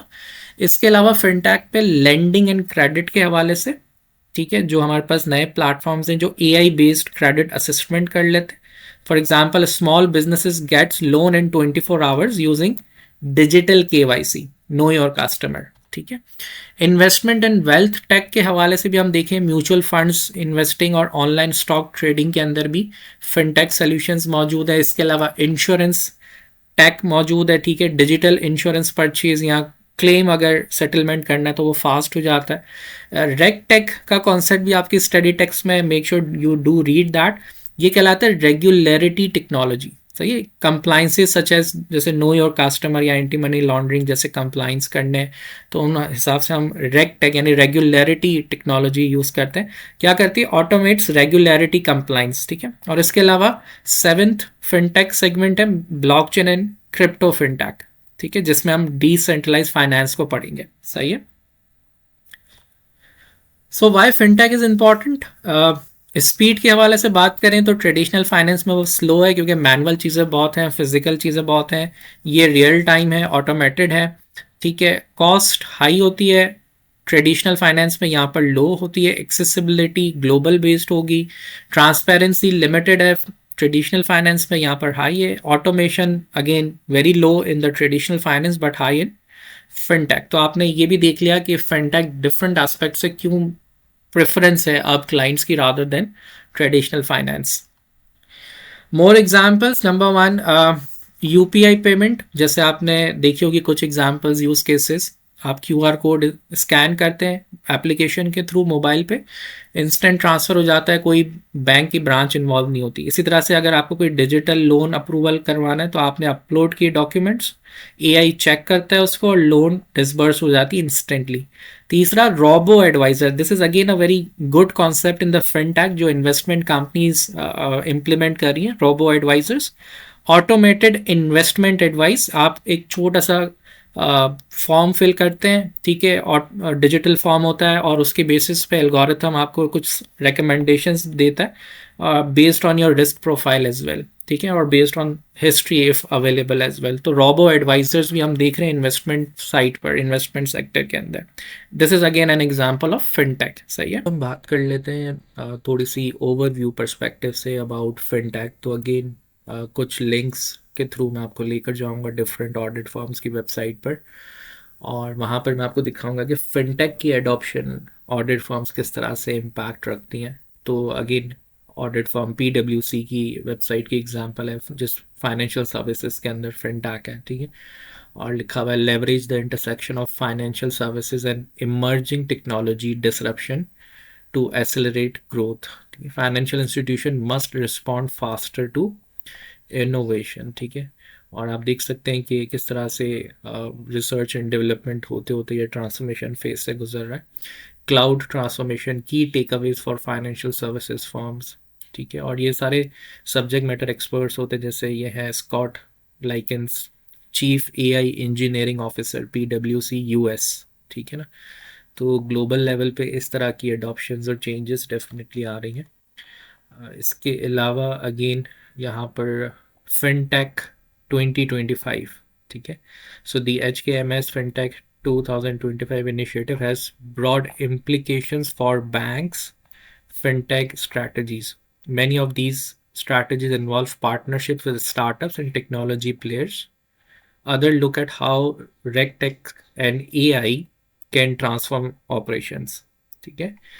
तो यहाँ पर काफ़ी सारे सेक्टर्स जैसे AI एंड मशीन लर्निंग है। Incorporating AI into banks business operations will be a long journey, but we believe that data strategy, infrastructure and governance are essential building blocks for your strategic plans. आप देख रहे हैं अब हम क्योंकि chapter number 12 की बात कर रहे हैं, तो गवर्नेंस चैप्टर 2, AI चैप्टर 10, है ना, data analytics chapter 3, emerging technologies chapter 9 और अब ये चैप्टर 12, सबकी आपस में इंटीग्रेशन डेफिनेटली है। तो ये बड़ा इंपॉर्टेंट सब्जेक्ट है जो ICAP ने इंट्रोड्यूस किया है, डेटा सिस्टम एंड रिस्क, जो आपको प्रैक्टिकल अप्रोच के ज़रिए मैं समझाने की कोशिश कर रहा हूँ रिगार्डिंग योर डोमेन एरिया जो ऑडिट फर्म्स का है, ठीक है। अगेन लीडिंग एक्सपर्ट्स हैं जो इन टेक्नोलॉजीज़ के ऊपर काम करेंगे। इसी तरह से EY ऑडिट फर्म क्या बता रहे हैं, फिनटेक एंड इकोसिस्टम्स, ठीक है। अगेन आप देख सकते हो यहाँ पर ये सारे एक्सपर्ट्स और लीडरशिप है, सीनियर लीडरशिप है इन फर्म्स के अंदर। EY teams work with fintech to drive robust and sustainable growth, setting strategy, building new value propositions and addressing a wide range of business challenges, ठीक है। तो इनका भी जो रिलेटेड टॉपिक्स हैं, insurance, financial services, wealth and asset management, ठीक है। और अगेन ये फिनटेक इकोसिस्टम जो प्रैक्टिकल इकोसिस्टम है ये डिफाइन किया हुआ है यहाँ पर EY ऑडिट फर्म ने इस वेबसाइट के ऊपर, जिसमें एट्रीब्यूट्स और स्टेक होल्डर्स को दिखाया हुआ है, ठीक है। जो डिमांड है कॉर्पोरेट्स और गवर्नमेंट साइड पे, पॉलिसी आप देख रहे हो एंड इंफ्रास्ट्रक्चर गवर्नमेंट साइड पे, फिर उसके साथ रेगुलेटर्स ज्वाइन हो जाएंगे, ठीक है ना। Talent, academia, entrepreneurs, technology firms, traditional financial institutions, ठीक है। तो पूरा इकोसिस्टम है जो डेवलप हो रहा है, सही है, उसके बारे में इन्होंने यहाँ लिखा हुआ भी है। देन एक और ऑडिट फर्म का पेज मैंने ओपन किया यहाँ पे, डेलॉइट का। ये इनका भी फिनटेक सॉल्यूशंस के लिहाज से काफ़ी रिसर्च एंड डेवलपमेंट और डिफरेंट चीज़ों को जो है वो इम्पैक्ट ला रहा है, जैसे ऑडिट एंड एश्योरेंस यहाँ आपको नज़र आ रहा है, compliance and operational risk program, ठीक है ना, supervisory readiness, operating model optimisation, governance, risk and controls, accounting, events and transactions, tax planning and evaluations, ठीक है। और किन को ये सर्व करें, who we serve, payment processing के हवाले से, lending and finance, insurance based on tech, ठीक है ना, blockchain and crypto currency, real estate and property technology, सही है ना, फाइनेंशियल इंक्लूजन, ऑल्टरनेटिव बैंकिंग, ठीक है। तो काफ़ी हद तक एक्सटेंसिव काम इस वक्त ऑलरेडी 2025 में आपको मैं दिखा रहा हूँ, जस्ट टू ओवरव्यू करवा सकूँ आपको रिगार्डिंग योर दिस चैप्टर कि कहाँ कहाँ किस तरह से इम्पैक्ट जो है वो क्रिएट हो रहा है, सही है। KPMG अगेन इस पेज पे भी इन्होंने भी फिनटेक के हवाले से काफ़ी एक्सटेंसिव काम किया हुआ है, डिजिटल एसेट्स, डिजिटल वेल्थ, ठीक है। देन अगेन काफ़ी मैटर्स पे जैसे tax services, tax accounting, compliance and reporting, banking and capital markets, ठीक है। और अगेन ये देखें एक्सपर्ट्स हैं, सही है, पार्टनर्स ऑन ऑडिट फर्म्स, ठीक है, जो सीनियर लीडरशिप है, so they are creating a change regarding the fintech, blockchain, सही है, highlighting the latest trends and regularity changes in the fintech industry, सही है। So this was the overview about कि how fintech is कितना काम इस पे हो चुका है, आपके ही डोमेन के ऑडिट फर्म्स किस हवाले से इसमें काम कर रहे हैं, ठीक है ना, ताकि आपको एक अच्छा सा प्रॉपर आइडिया हो। आप चाहें तो खुद भी गूगल पर जाकर जो है वो लिख सकते हैं, जैसे फिनटेक इन ऑडिट फर्म्स, तो आपको ये आर्टिकल्स मिल जाएंगे, ठीक है। बट ओवरव्यू देने का मकसद ये था कि आपको दिखाना कि किस हद तक काम हो चुका और ऑडिट फर्म्स किस तरह से इन्वॉल्व हैं इन तमाम चीज़ों के अंदर, ठीक है। अब हम स्टडी टेक्स्ट के हवाले से जो है वो बात करते हैं। Next we have the concept of tokenization, ठीक है। इसको भी मैंने काफ़ी सिंपल करके कोशिश की कि मैं आपको समझा सकूं। इसके बाद फिर आपको कॉन्टेक्स्ट के लिए अपनी स्टडी टेक्स्ट को रेफर करना होगा। मेक श्योर कि आप स्टडी टेक्स्ट में जाएं और इन चीज़ों को प्रॉपरली रीड करें और इनकी एग्जांपल्स को याद करें। सही है। तो अगर थोड़ा सा एसेट टोकनाइजेशन की बात करें तो फाइनेंस हो, रियल स्टेट हो, हेल्थ केयर हो, ठीक है, कोई एंटरप्राइज हो, स्पोर्ट्स, आर्ट वर्क के अंदर आप टोकनाइजेशन का कॉन्सेप्ट है। अब ये होता क्या है, टोकनाइजेशन है क्या, एज अ चार्टर्ड अकाउंटेंट हम इसको कैसे समझें, ठीक है, मैं आज थोड़ी सी उस पर बात करता हूँ। What is tokenization? Tokenization is a process of, एक प्रोसेस है किस चीज़ का, turning something of value into a digital token on a blockchain. कोई ऐसी चीज़ वैल्यूएबल है, ठीक है, उसको हम चेंज कर रहे हैं इनटू अ डिजिटल टोकन, किस पे, किस नेटवर्क पे, ब्लॉकचेन पर, ठीक है। It could be money, property, company shares, कोई आर्ट वर्क, कोई एक्सेस राइट्स, लॉयल्टी पॉइंट्स, या इसके अलावा कोई रियल वर्ल्ड एसेट, ठीक है। जैसे आपको पाकिस्तान में अब कुछ प्लेटफॉर्म्स नजर आएंगे जो रियल स्टेट की टोकनाइजेशन कर रहे हैं, ठीक है, यानी प्रॉपर्टी की। तो उसमें एडवांटेज क्या है या क्या फीचर्स या करेक्टरिस्टिक्स हैं, ठीक है। तो देखिए, सबसे पहले तो हमने ये समझा टोकनाइजेशन होती क्या है। ये एक प्रोसेस है जो आप रियल वर्ल्ड कोई वैल्यूएबल चीज़ को डिजिटल टोकन में कन्वर्ट करते हैं ब्लॉकचेन के ऊपर, ठीक है, जिसमें आपको मैंने कुछ एग्जांपल्स दे दी, ये चीज़ें हैं जो कन्वर्ट होती हैं। A token is a digital representation of ownership, rights और वैल्यू। सही है। Why tokenization exist? देखो, रियल वर्ल्ड में क्या होता है कि ownership is hard to transfer, पहली चीज, ठीक है। प्रॉपर्टी की अगर हम बात करें, records are slow and fragmented, intermediaries control the access, very true. Assets are often illiquid, hard to sell. Tokenization के आने से क्या हुआ कि हम उस चीज को, उसकी ओनरशिप को पहले तो क्या कर रहे हैं, डिजिटल बना रहे हैं, उसकी ट्रांसफर को इंस्टेंट कर रहे हैं यानी क्विक कर रहे हैं, उसके एसेट को प्रोग्रामेबल में कन्वर्ट कर रहे हैं और वो ग्लोबली चला जाता है, कोई भी दुनिया भर से कोई भी उसको एक्सेस कर सकता है, ले सकता है। तो आप देख सकते हो कि ट्रेडिशनली रियल वर्ल्ड में एक एसेट के हवाले से क्या प्रॉब्लम्स थी और टोकनाइजेशन के आने से क्या चीज़ें हमें मिल रही हैं, ठीक है। एक एनोलॉजी बेस समझते हैं, ठीक है, एनोलॉजी क्रिएट करते हैं ताकि हमें समझ में आए। लेट सपोज के मूवी की टिकट्स हमें परचेज करनी है, ठीक है। तो अगर टोकनाइजेशन से पहले क्या होता था, अगर हमें किसी मूवी की टिकट परचेज करनी है तो हम गए, हमने विजिट किया, हमें एक टिकट मिली, पेपर टिकट, ठीक है, आसानी से वो खो सकती है, रीसेल नहीं हो पा रही, कोई इसको ख़रीद नहीं रहा, ठीक है, क्विकली ख़रीद नहीं रहा, हो सकता है किसी को ज़रूरत हो तो वो ले ले, बट फ़ौरन से इंस्टेंट नहीं हो रहा। और फेक टिकट्स बन सकती हैं उसके जैसी, हमें धोखा मिल सकता है। तो ये सारे पॉसिबल रिस्क और लिमिटेशंस हैं विथ नो टोकनाइजेशन, यानी अब हमने एक मूवी के थिएटर की टिकट्स की हम बात करें। लेकिन अगर इसी चीज़ को हम टोकनाइज कर दें, यानी हमने कहा कि भाई डिजिटल टिकट हो या ना टोकन हो, ओनरशिप प्रूफ हो रही है किसके पास है, ट्रांसफर हो सकती है, यस, और rules can be enforce automatically, yes, through smart contract. तो हम इसको इस तरह से समझ सकते हैं कि वो जो डिजिटल टिकट है ना वो टोकन है, और थिएटर के जो रूल्स है ना वो स्मार्ट कॉन्ट्रैक्ट है। That's how the technology works, ठीक है, that's how the tokenization works. So tokenization on blockchain, पहले तो हम क्या करते हैं, एक एसेट को डिफाइन करते हैं। वो एसेट क्या हो सकता है, वो फिजिकल जो हमारे हाथ में कैश है, हमारे पास जो घर है, कोई हमारा आर्ट वर्क है, उसको, उस एसेट को हम डिफाइन करते हैं, एक स्मार्ट कॉन्ट्रैक्ट बनाते हैं, ठीक है। Tokens are issued to represent the asset, tokens issue करते हैं क्या, ताकि हम उस एसेट को रिप्रेजेंट कर सकें। ओनरशिप ट्रैक होती है कहाँ पर, ब्लॉकचेन के नेटवर्क पे। Tokens can be transfer to peer to peer, peer to peer अभी मैंने आपको समझाया था क्या होता है, वन टू वन, ठीक है ना। So tokens can be transfer to peer, so blockchain becomes the single source of truth, ठीक है। एग्जाम्पल से समझते हैं। सर, टोकनाइजेशन ऑफ मनी, पैसे की बात करते हैं। रियल वर्ल्ड एसेट में हमें पता है यूएस डॉलर्स है, ठीक है, लेकिन अगर यूएस डॉलर्स को टोकनाइज में कन्वर्ट करूंगा तो मेरे पास यूएसडीटी मौजूद है, यूएसडीसी मौजूद है, डिजिटल करेंसी, ठीक है।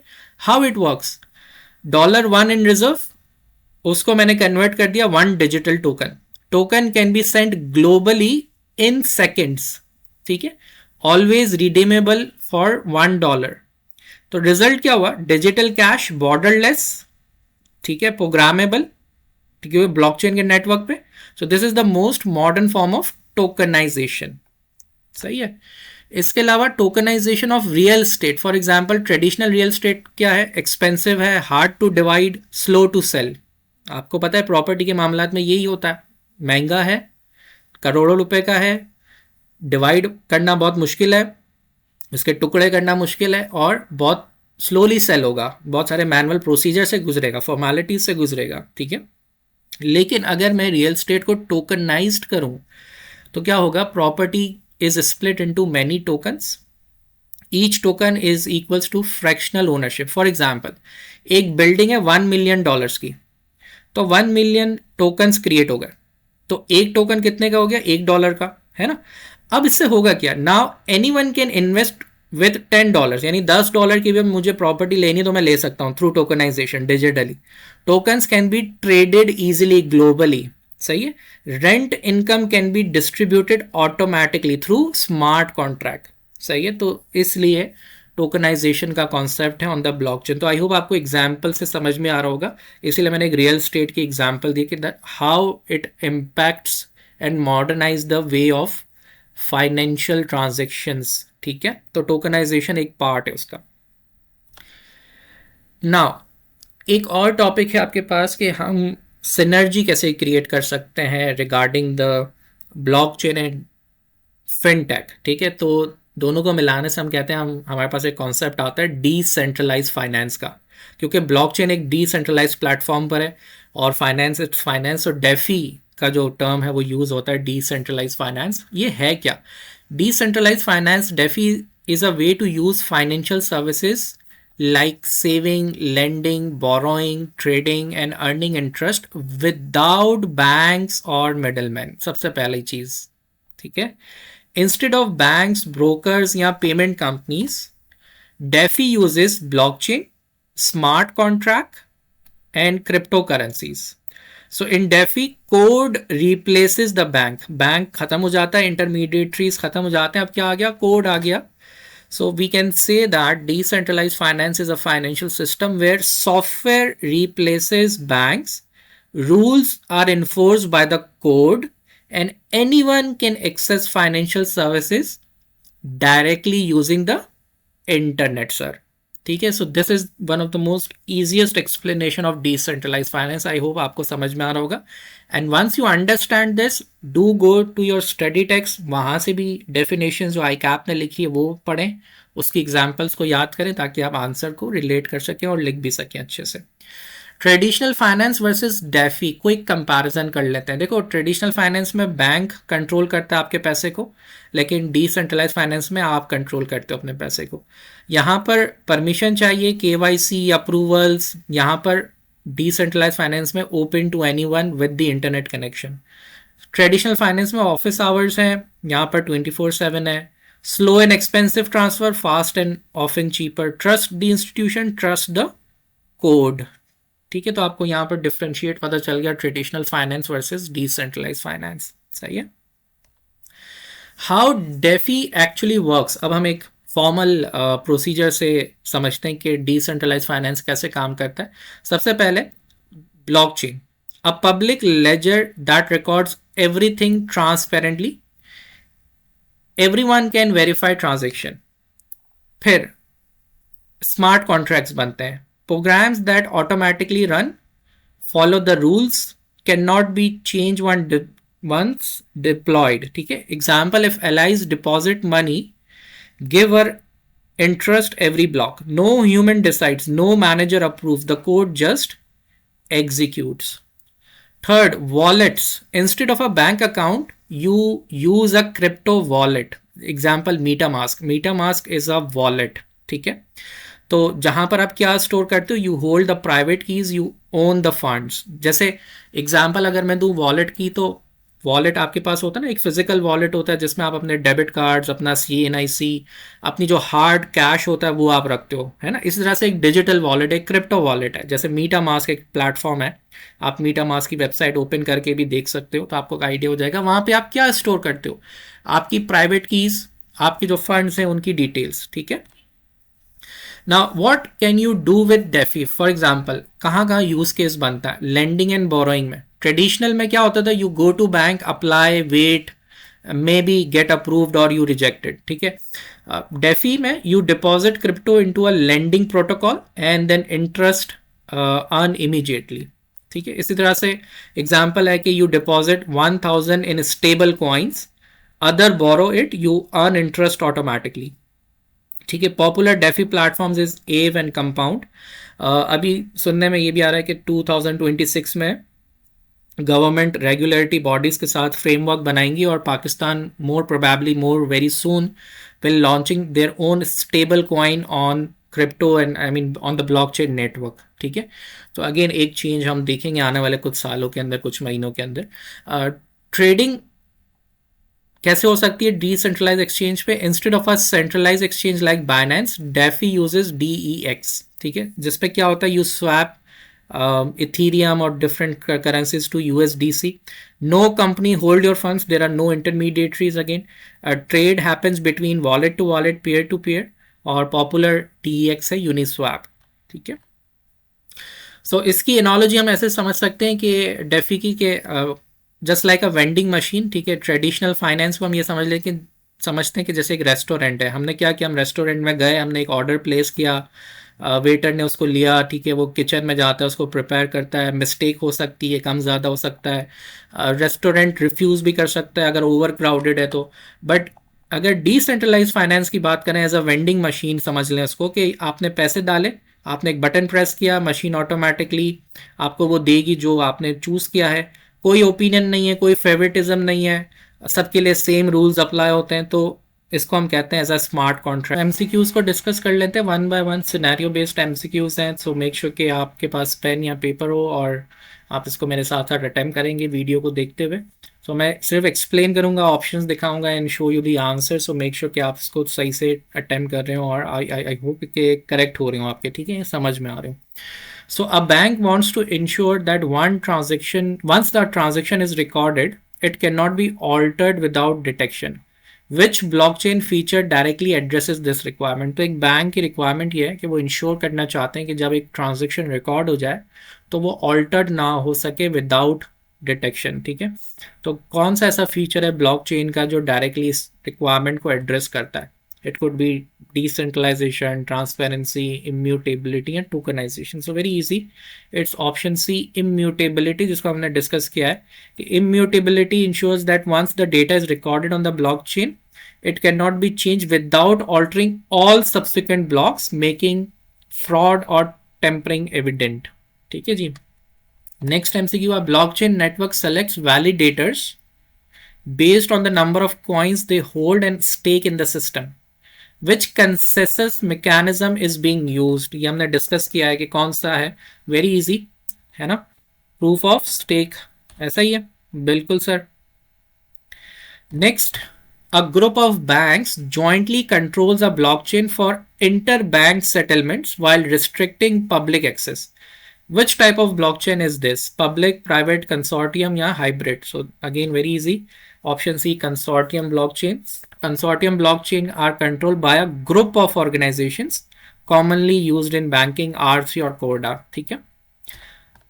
An insurance company wants flight delay claims to be paid automatically when a delay exceeds 2 hours. Which blockchain feature enable this? कौन सा ऐसा feature है blockchain का जो इसको enable करता है? I think we have detailed discussion on it. That is smart contracts. ठीक है, smart contracts are self-executing programs that automatically enforce contract terms when predefined conditions are met. ठीक है। Next, a multinational firm wants to reduce settlement time and transaction cost for international payments. ठीक है। Which blockchain based solution best addresses this? कौन सा ऐसा blockchain का solution है जिसको address करेगा? That is Ripple XRP. ठीक है। So Ripple enables fast, low-cost cross-border payments by eliminating multiple banking intermediaries. ठीक है sir. An individual lends cryptocurrency directly to another user, a platform without involving a bank. This is an example of option C, decentralized finance. ठीक है। Next, a real estate asset worth $1 million is divided into 1000 digital units that can be traded independently. What is this process called? ठीक है, क्या process कहलाता है? Tokenization, we have discuss this, है ना? I hope concepts built up हो चुके होंगे. Once the concepts are built, आप स्टडी टेक्स्ट को पढ़ें. स्टिल अगर कोई मसला है, कोई कॉन्सेप्ट समझ नहीं आ रहा, सो यूट्यूब के कमेंट एरिया में आप लिखें, मैं आपको रिस्पॉन्स करूंगा. ठीक है, यहाँ आपको बॉटम पे मेरा व्हाट्सएप नंबर नजर आ रहा होगा. I can respond. ठीक है, when I will be available. A fintech platform allows users to control their personal data and share only the required information with banks KYC purposes. With which blockchain application is this? कौन सी blockchain application is this? Self sovereign identity है ये. ठीक है. Next, what does blockchain improve auditability in financial system? Why does the blockchain improve auditability in financial systems? ठीक है. So कौन सा answer है? Transactions are visible and verifiable by participants. Next, a regulator wants to detect over invoicing. एक regulator है, वो detect करना चाहता है over invoicing and phantom shipments in international trade. Which blockchain feature helps the most? कौन सा ऐसा feature है जो ब्लॉकचेन का जो हेल्प करेगा इसमें? So answer is B, end to end traceability and immutable. Alright students, तो अब हम एक नज़र गो थ्रू कर लेते हैं स्टडी टेक्स्ट को, और मैं रिकमेंडेशंस दे देता हूँ और आपको उसको फॉलो करना है. जैसे कि हमने 4 कॉन्सेप्ट्स के ऊपर डिस्कशन किया कि ब्लॉकचेन होता क्या है, डिस्ट्रीब्यूटेड लेजर टेक्नोलॉजी, फिनटेक क्या होता है, और उनकी ब्लॉकचेन और फिनटेक की आपस में सिनर्जी क्या है, कौन कौन सी चीज़ें एग्जीक्यूटेबल हैं. ठीक है, तो आपको स्टडी टेक्स्ट को अब ओपन करना है. आपको इस चैप्टर को कम से कम भी 3 से 4 मरतबा अच्छे से पढ़ना है. कोई मुश्किल अल्फाज है उसको आप गूगल पे सेल्फ सर्च करके उसकी मीनिंग भी फाइंड आउट कर सकते हैं. आपने आई होप मेरी वीडियो को कम्प्लीटली 2 से 3 मरतबा अच्छे से देखा होगा, अच्छे से समझा होगा. अब आपको इस टेक्स्ट को भी रीड करना है, जो एग्जाम्पल्स यहाँ पर मौजूद हैं उनको पढ़ना है, ताकि आपके कॉन्सेप्ट्स क्लियर होते जाए. कोई ऐसा टॉपिक, कोई ऐसी चीज़ जो आपको ऐसा लगता है कि मज़ीद डिटेल में आपको चाहिए, तो वो आप कमेंट में मुझसे पूछ सकते हैं. ठीक है, मोस्टली मैंने कवर कर दिए हैं, जहाँ से मज़ीद आपको कॉन्टेक्स्ट मिलेगा. ठीक है, इसके अलावा गूगल ड्राइव पर मैंने इस चैप्टर का जो है वो मॉक पेपर भी रखा है with questions and answers as well. ठीक है, तो मेक श्योर आप उसको भी अटेम्प्ट करेंगे. तो यहाँ पर देखें डिफरेंट चीज़ें हैं जो हमने डिस्कस भी की हैं. Crypto currency, supply chain management की एग्जांपल, स्मार्ट कॉन्ट्रैक्ट्स क्या होते हैं. ठीक है, आपको यहाँ से भी टेक्स्ट पढ़ना है. क्रॉस बॉर्डर पेमेंट्स हमने समझा. ठीक है, तो यहाँ पर आपको मज़ीद एग्जांपल्स मिलेंगी. रियल स्टेट को हमने डिस्कस किया है. इसके अलावा आप वोटिंग सिस्टम्स को यहाँ से पढ़ सकते हैं कि उस पर क्या इफ़ेक्ट पड़ सकता है ब्लॉकचेन को अपनाने से. टोकनाइजेशन ऑफ एसेट्स मैंने आपको समझा दिया डिटेल में, प्लस आप यहाँ से भी इसको अच्छे से पढ़ेंगे. ठीक है, AML और KYC मैंने समझा दिया आपको. ठीक, डिस्ट्रीब्यूटेड लेजर टेक्नोलॉजी को मैंने डिटेल में डिस्कस किया, बट यहाँ पर और मज़ीद कुछ टर्मिनोलॉजीज़ हैं जिसको आप अच्छे से अंडरस्टैंड करेंगे. Then it will be fintech. Fintech के हवाले से की एरियाज ऑफ फिनटेक कौन कौन से हैं, जैसे मोबाइल वॉलेट्स का हमने खुद जिक्र किया, क्रिप्टो करेंसीज, कॉन्टैक्टलेस पेमेंट्स. ठीक है, आपको यहाँ से भी इसको पढ़ना है. पीयर टू पीयर लेंडिंग मैंने ऑलरेडी समझा दिया है, मेक श्योर आप यहाँ से भी इसको पढ़ें. अब आपको वैरायटी मिल जाएगी एक मेरी अपनी प्रेजेंटेशन और वीडियो से. ठीक है, और साथ ही साथ आपको स्टडी टेक्स्ट के कॉन्टेक्स्ट को पढ़ना है. और जब आप पढ़ रहे होंगे ना, अब आपके लिए आसान हो जाएगा. जब आपने मेरे कॉन्सेप्ट्स को पढ़ लिया है, तो अब आपको यहाँ से थोड़ा सा मज़ीद डिटेल में पढ़ने में आसानी हो जाएगी इंशाल्लाह. ठीक है, इसी तरह से हमने डिसेंट्रलाइज फाइनेंस को डिस्कस किया डिटेल में. अब आप फॉर्मल तरीके से कुछ एग्जांपल्स यहाँ से कैच करते हुए टॉपिक को अंडरस्टैंड करने की कोशिश करें. ठीक है, सो आई होप ये टॉपिक आपके लिए अगेन ईजी रहा होगा समझने के हवाले से. Still if you have any problem please do comment in the video. ठीक है, वहाँ पर मैं आपको रिस्पॉन्स कर दूंगा. So all the very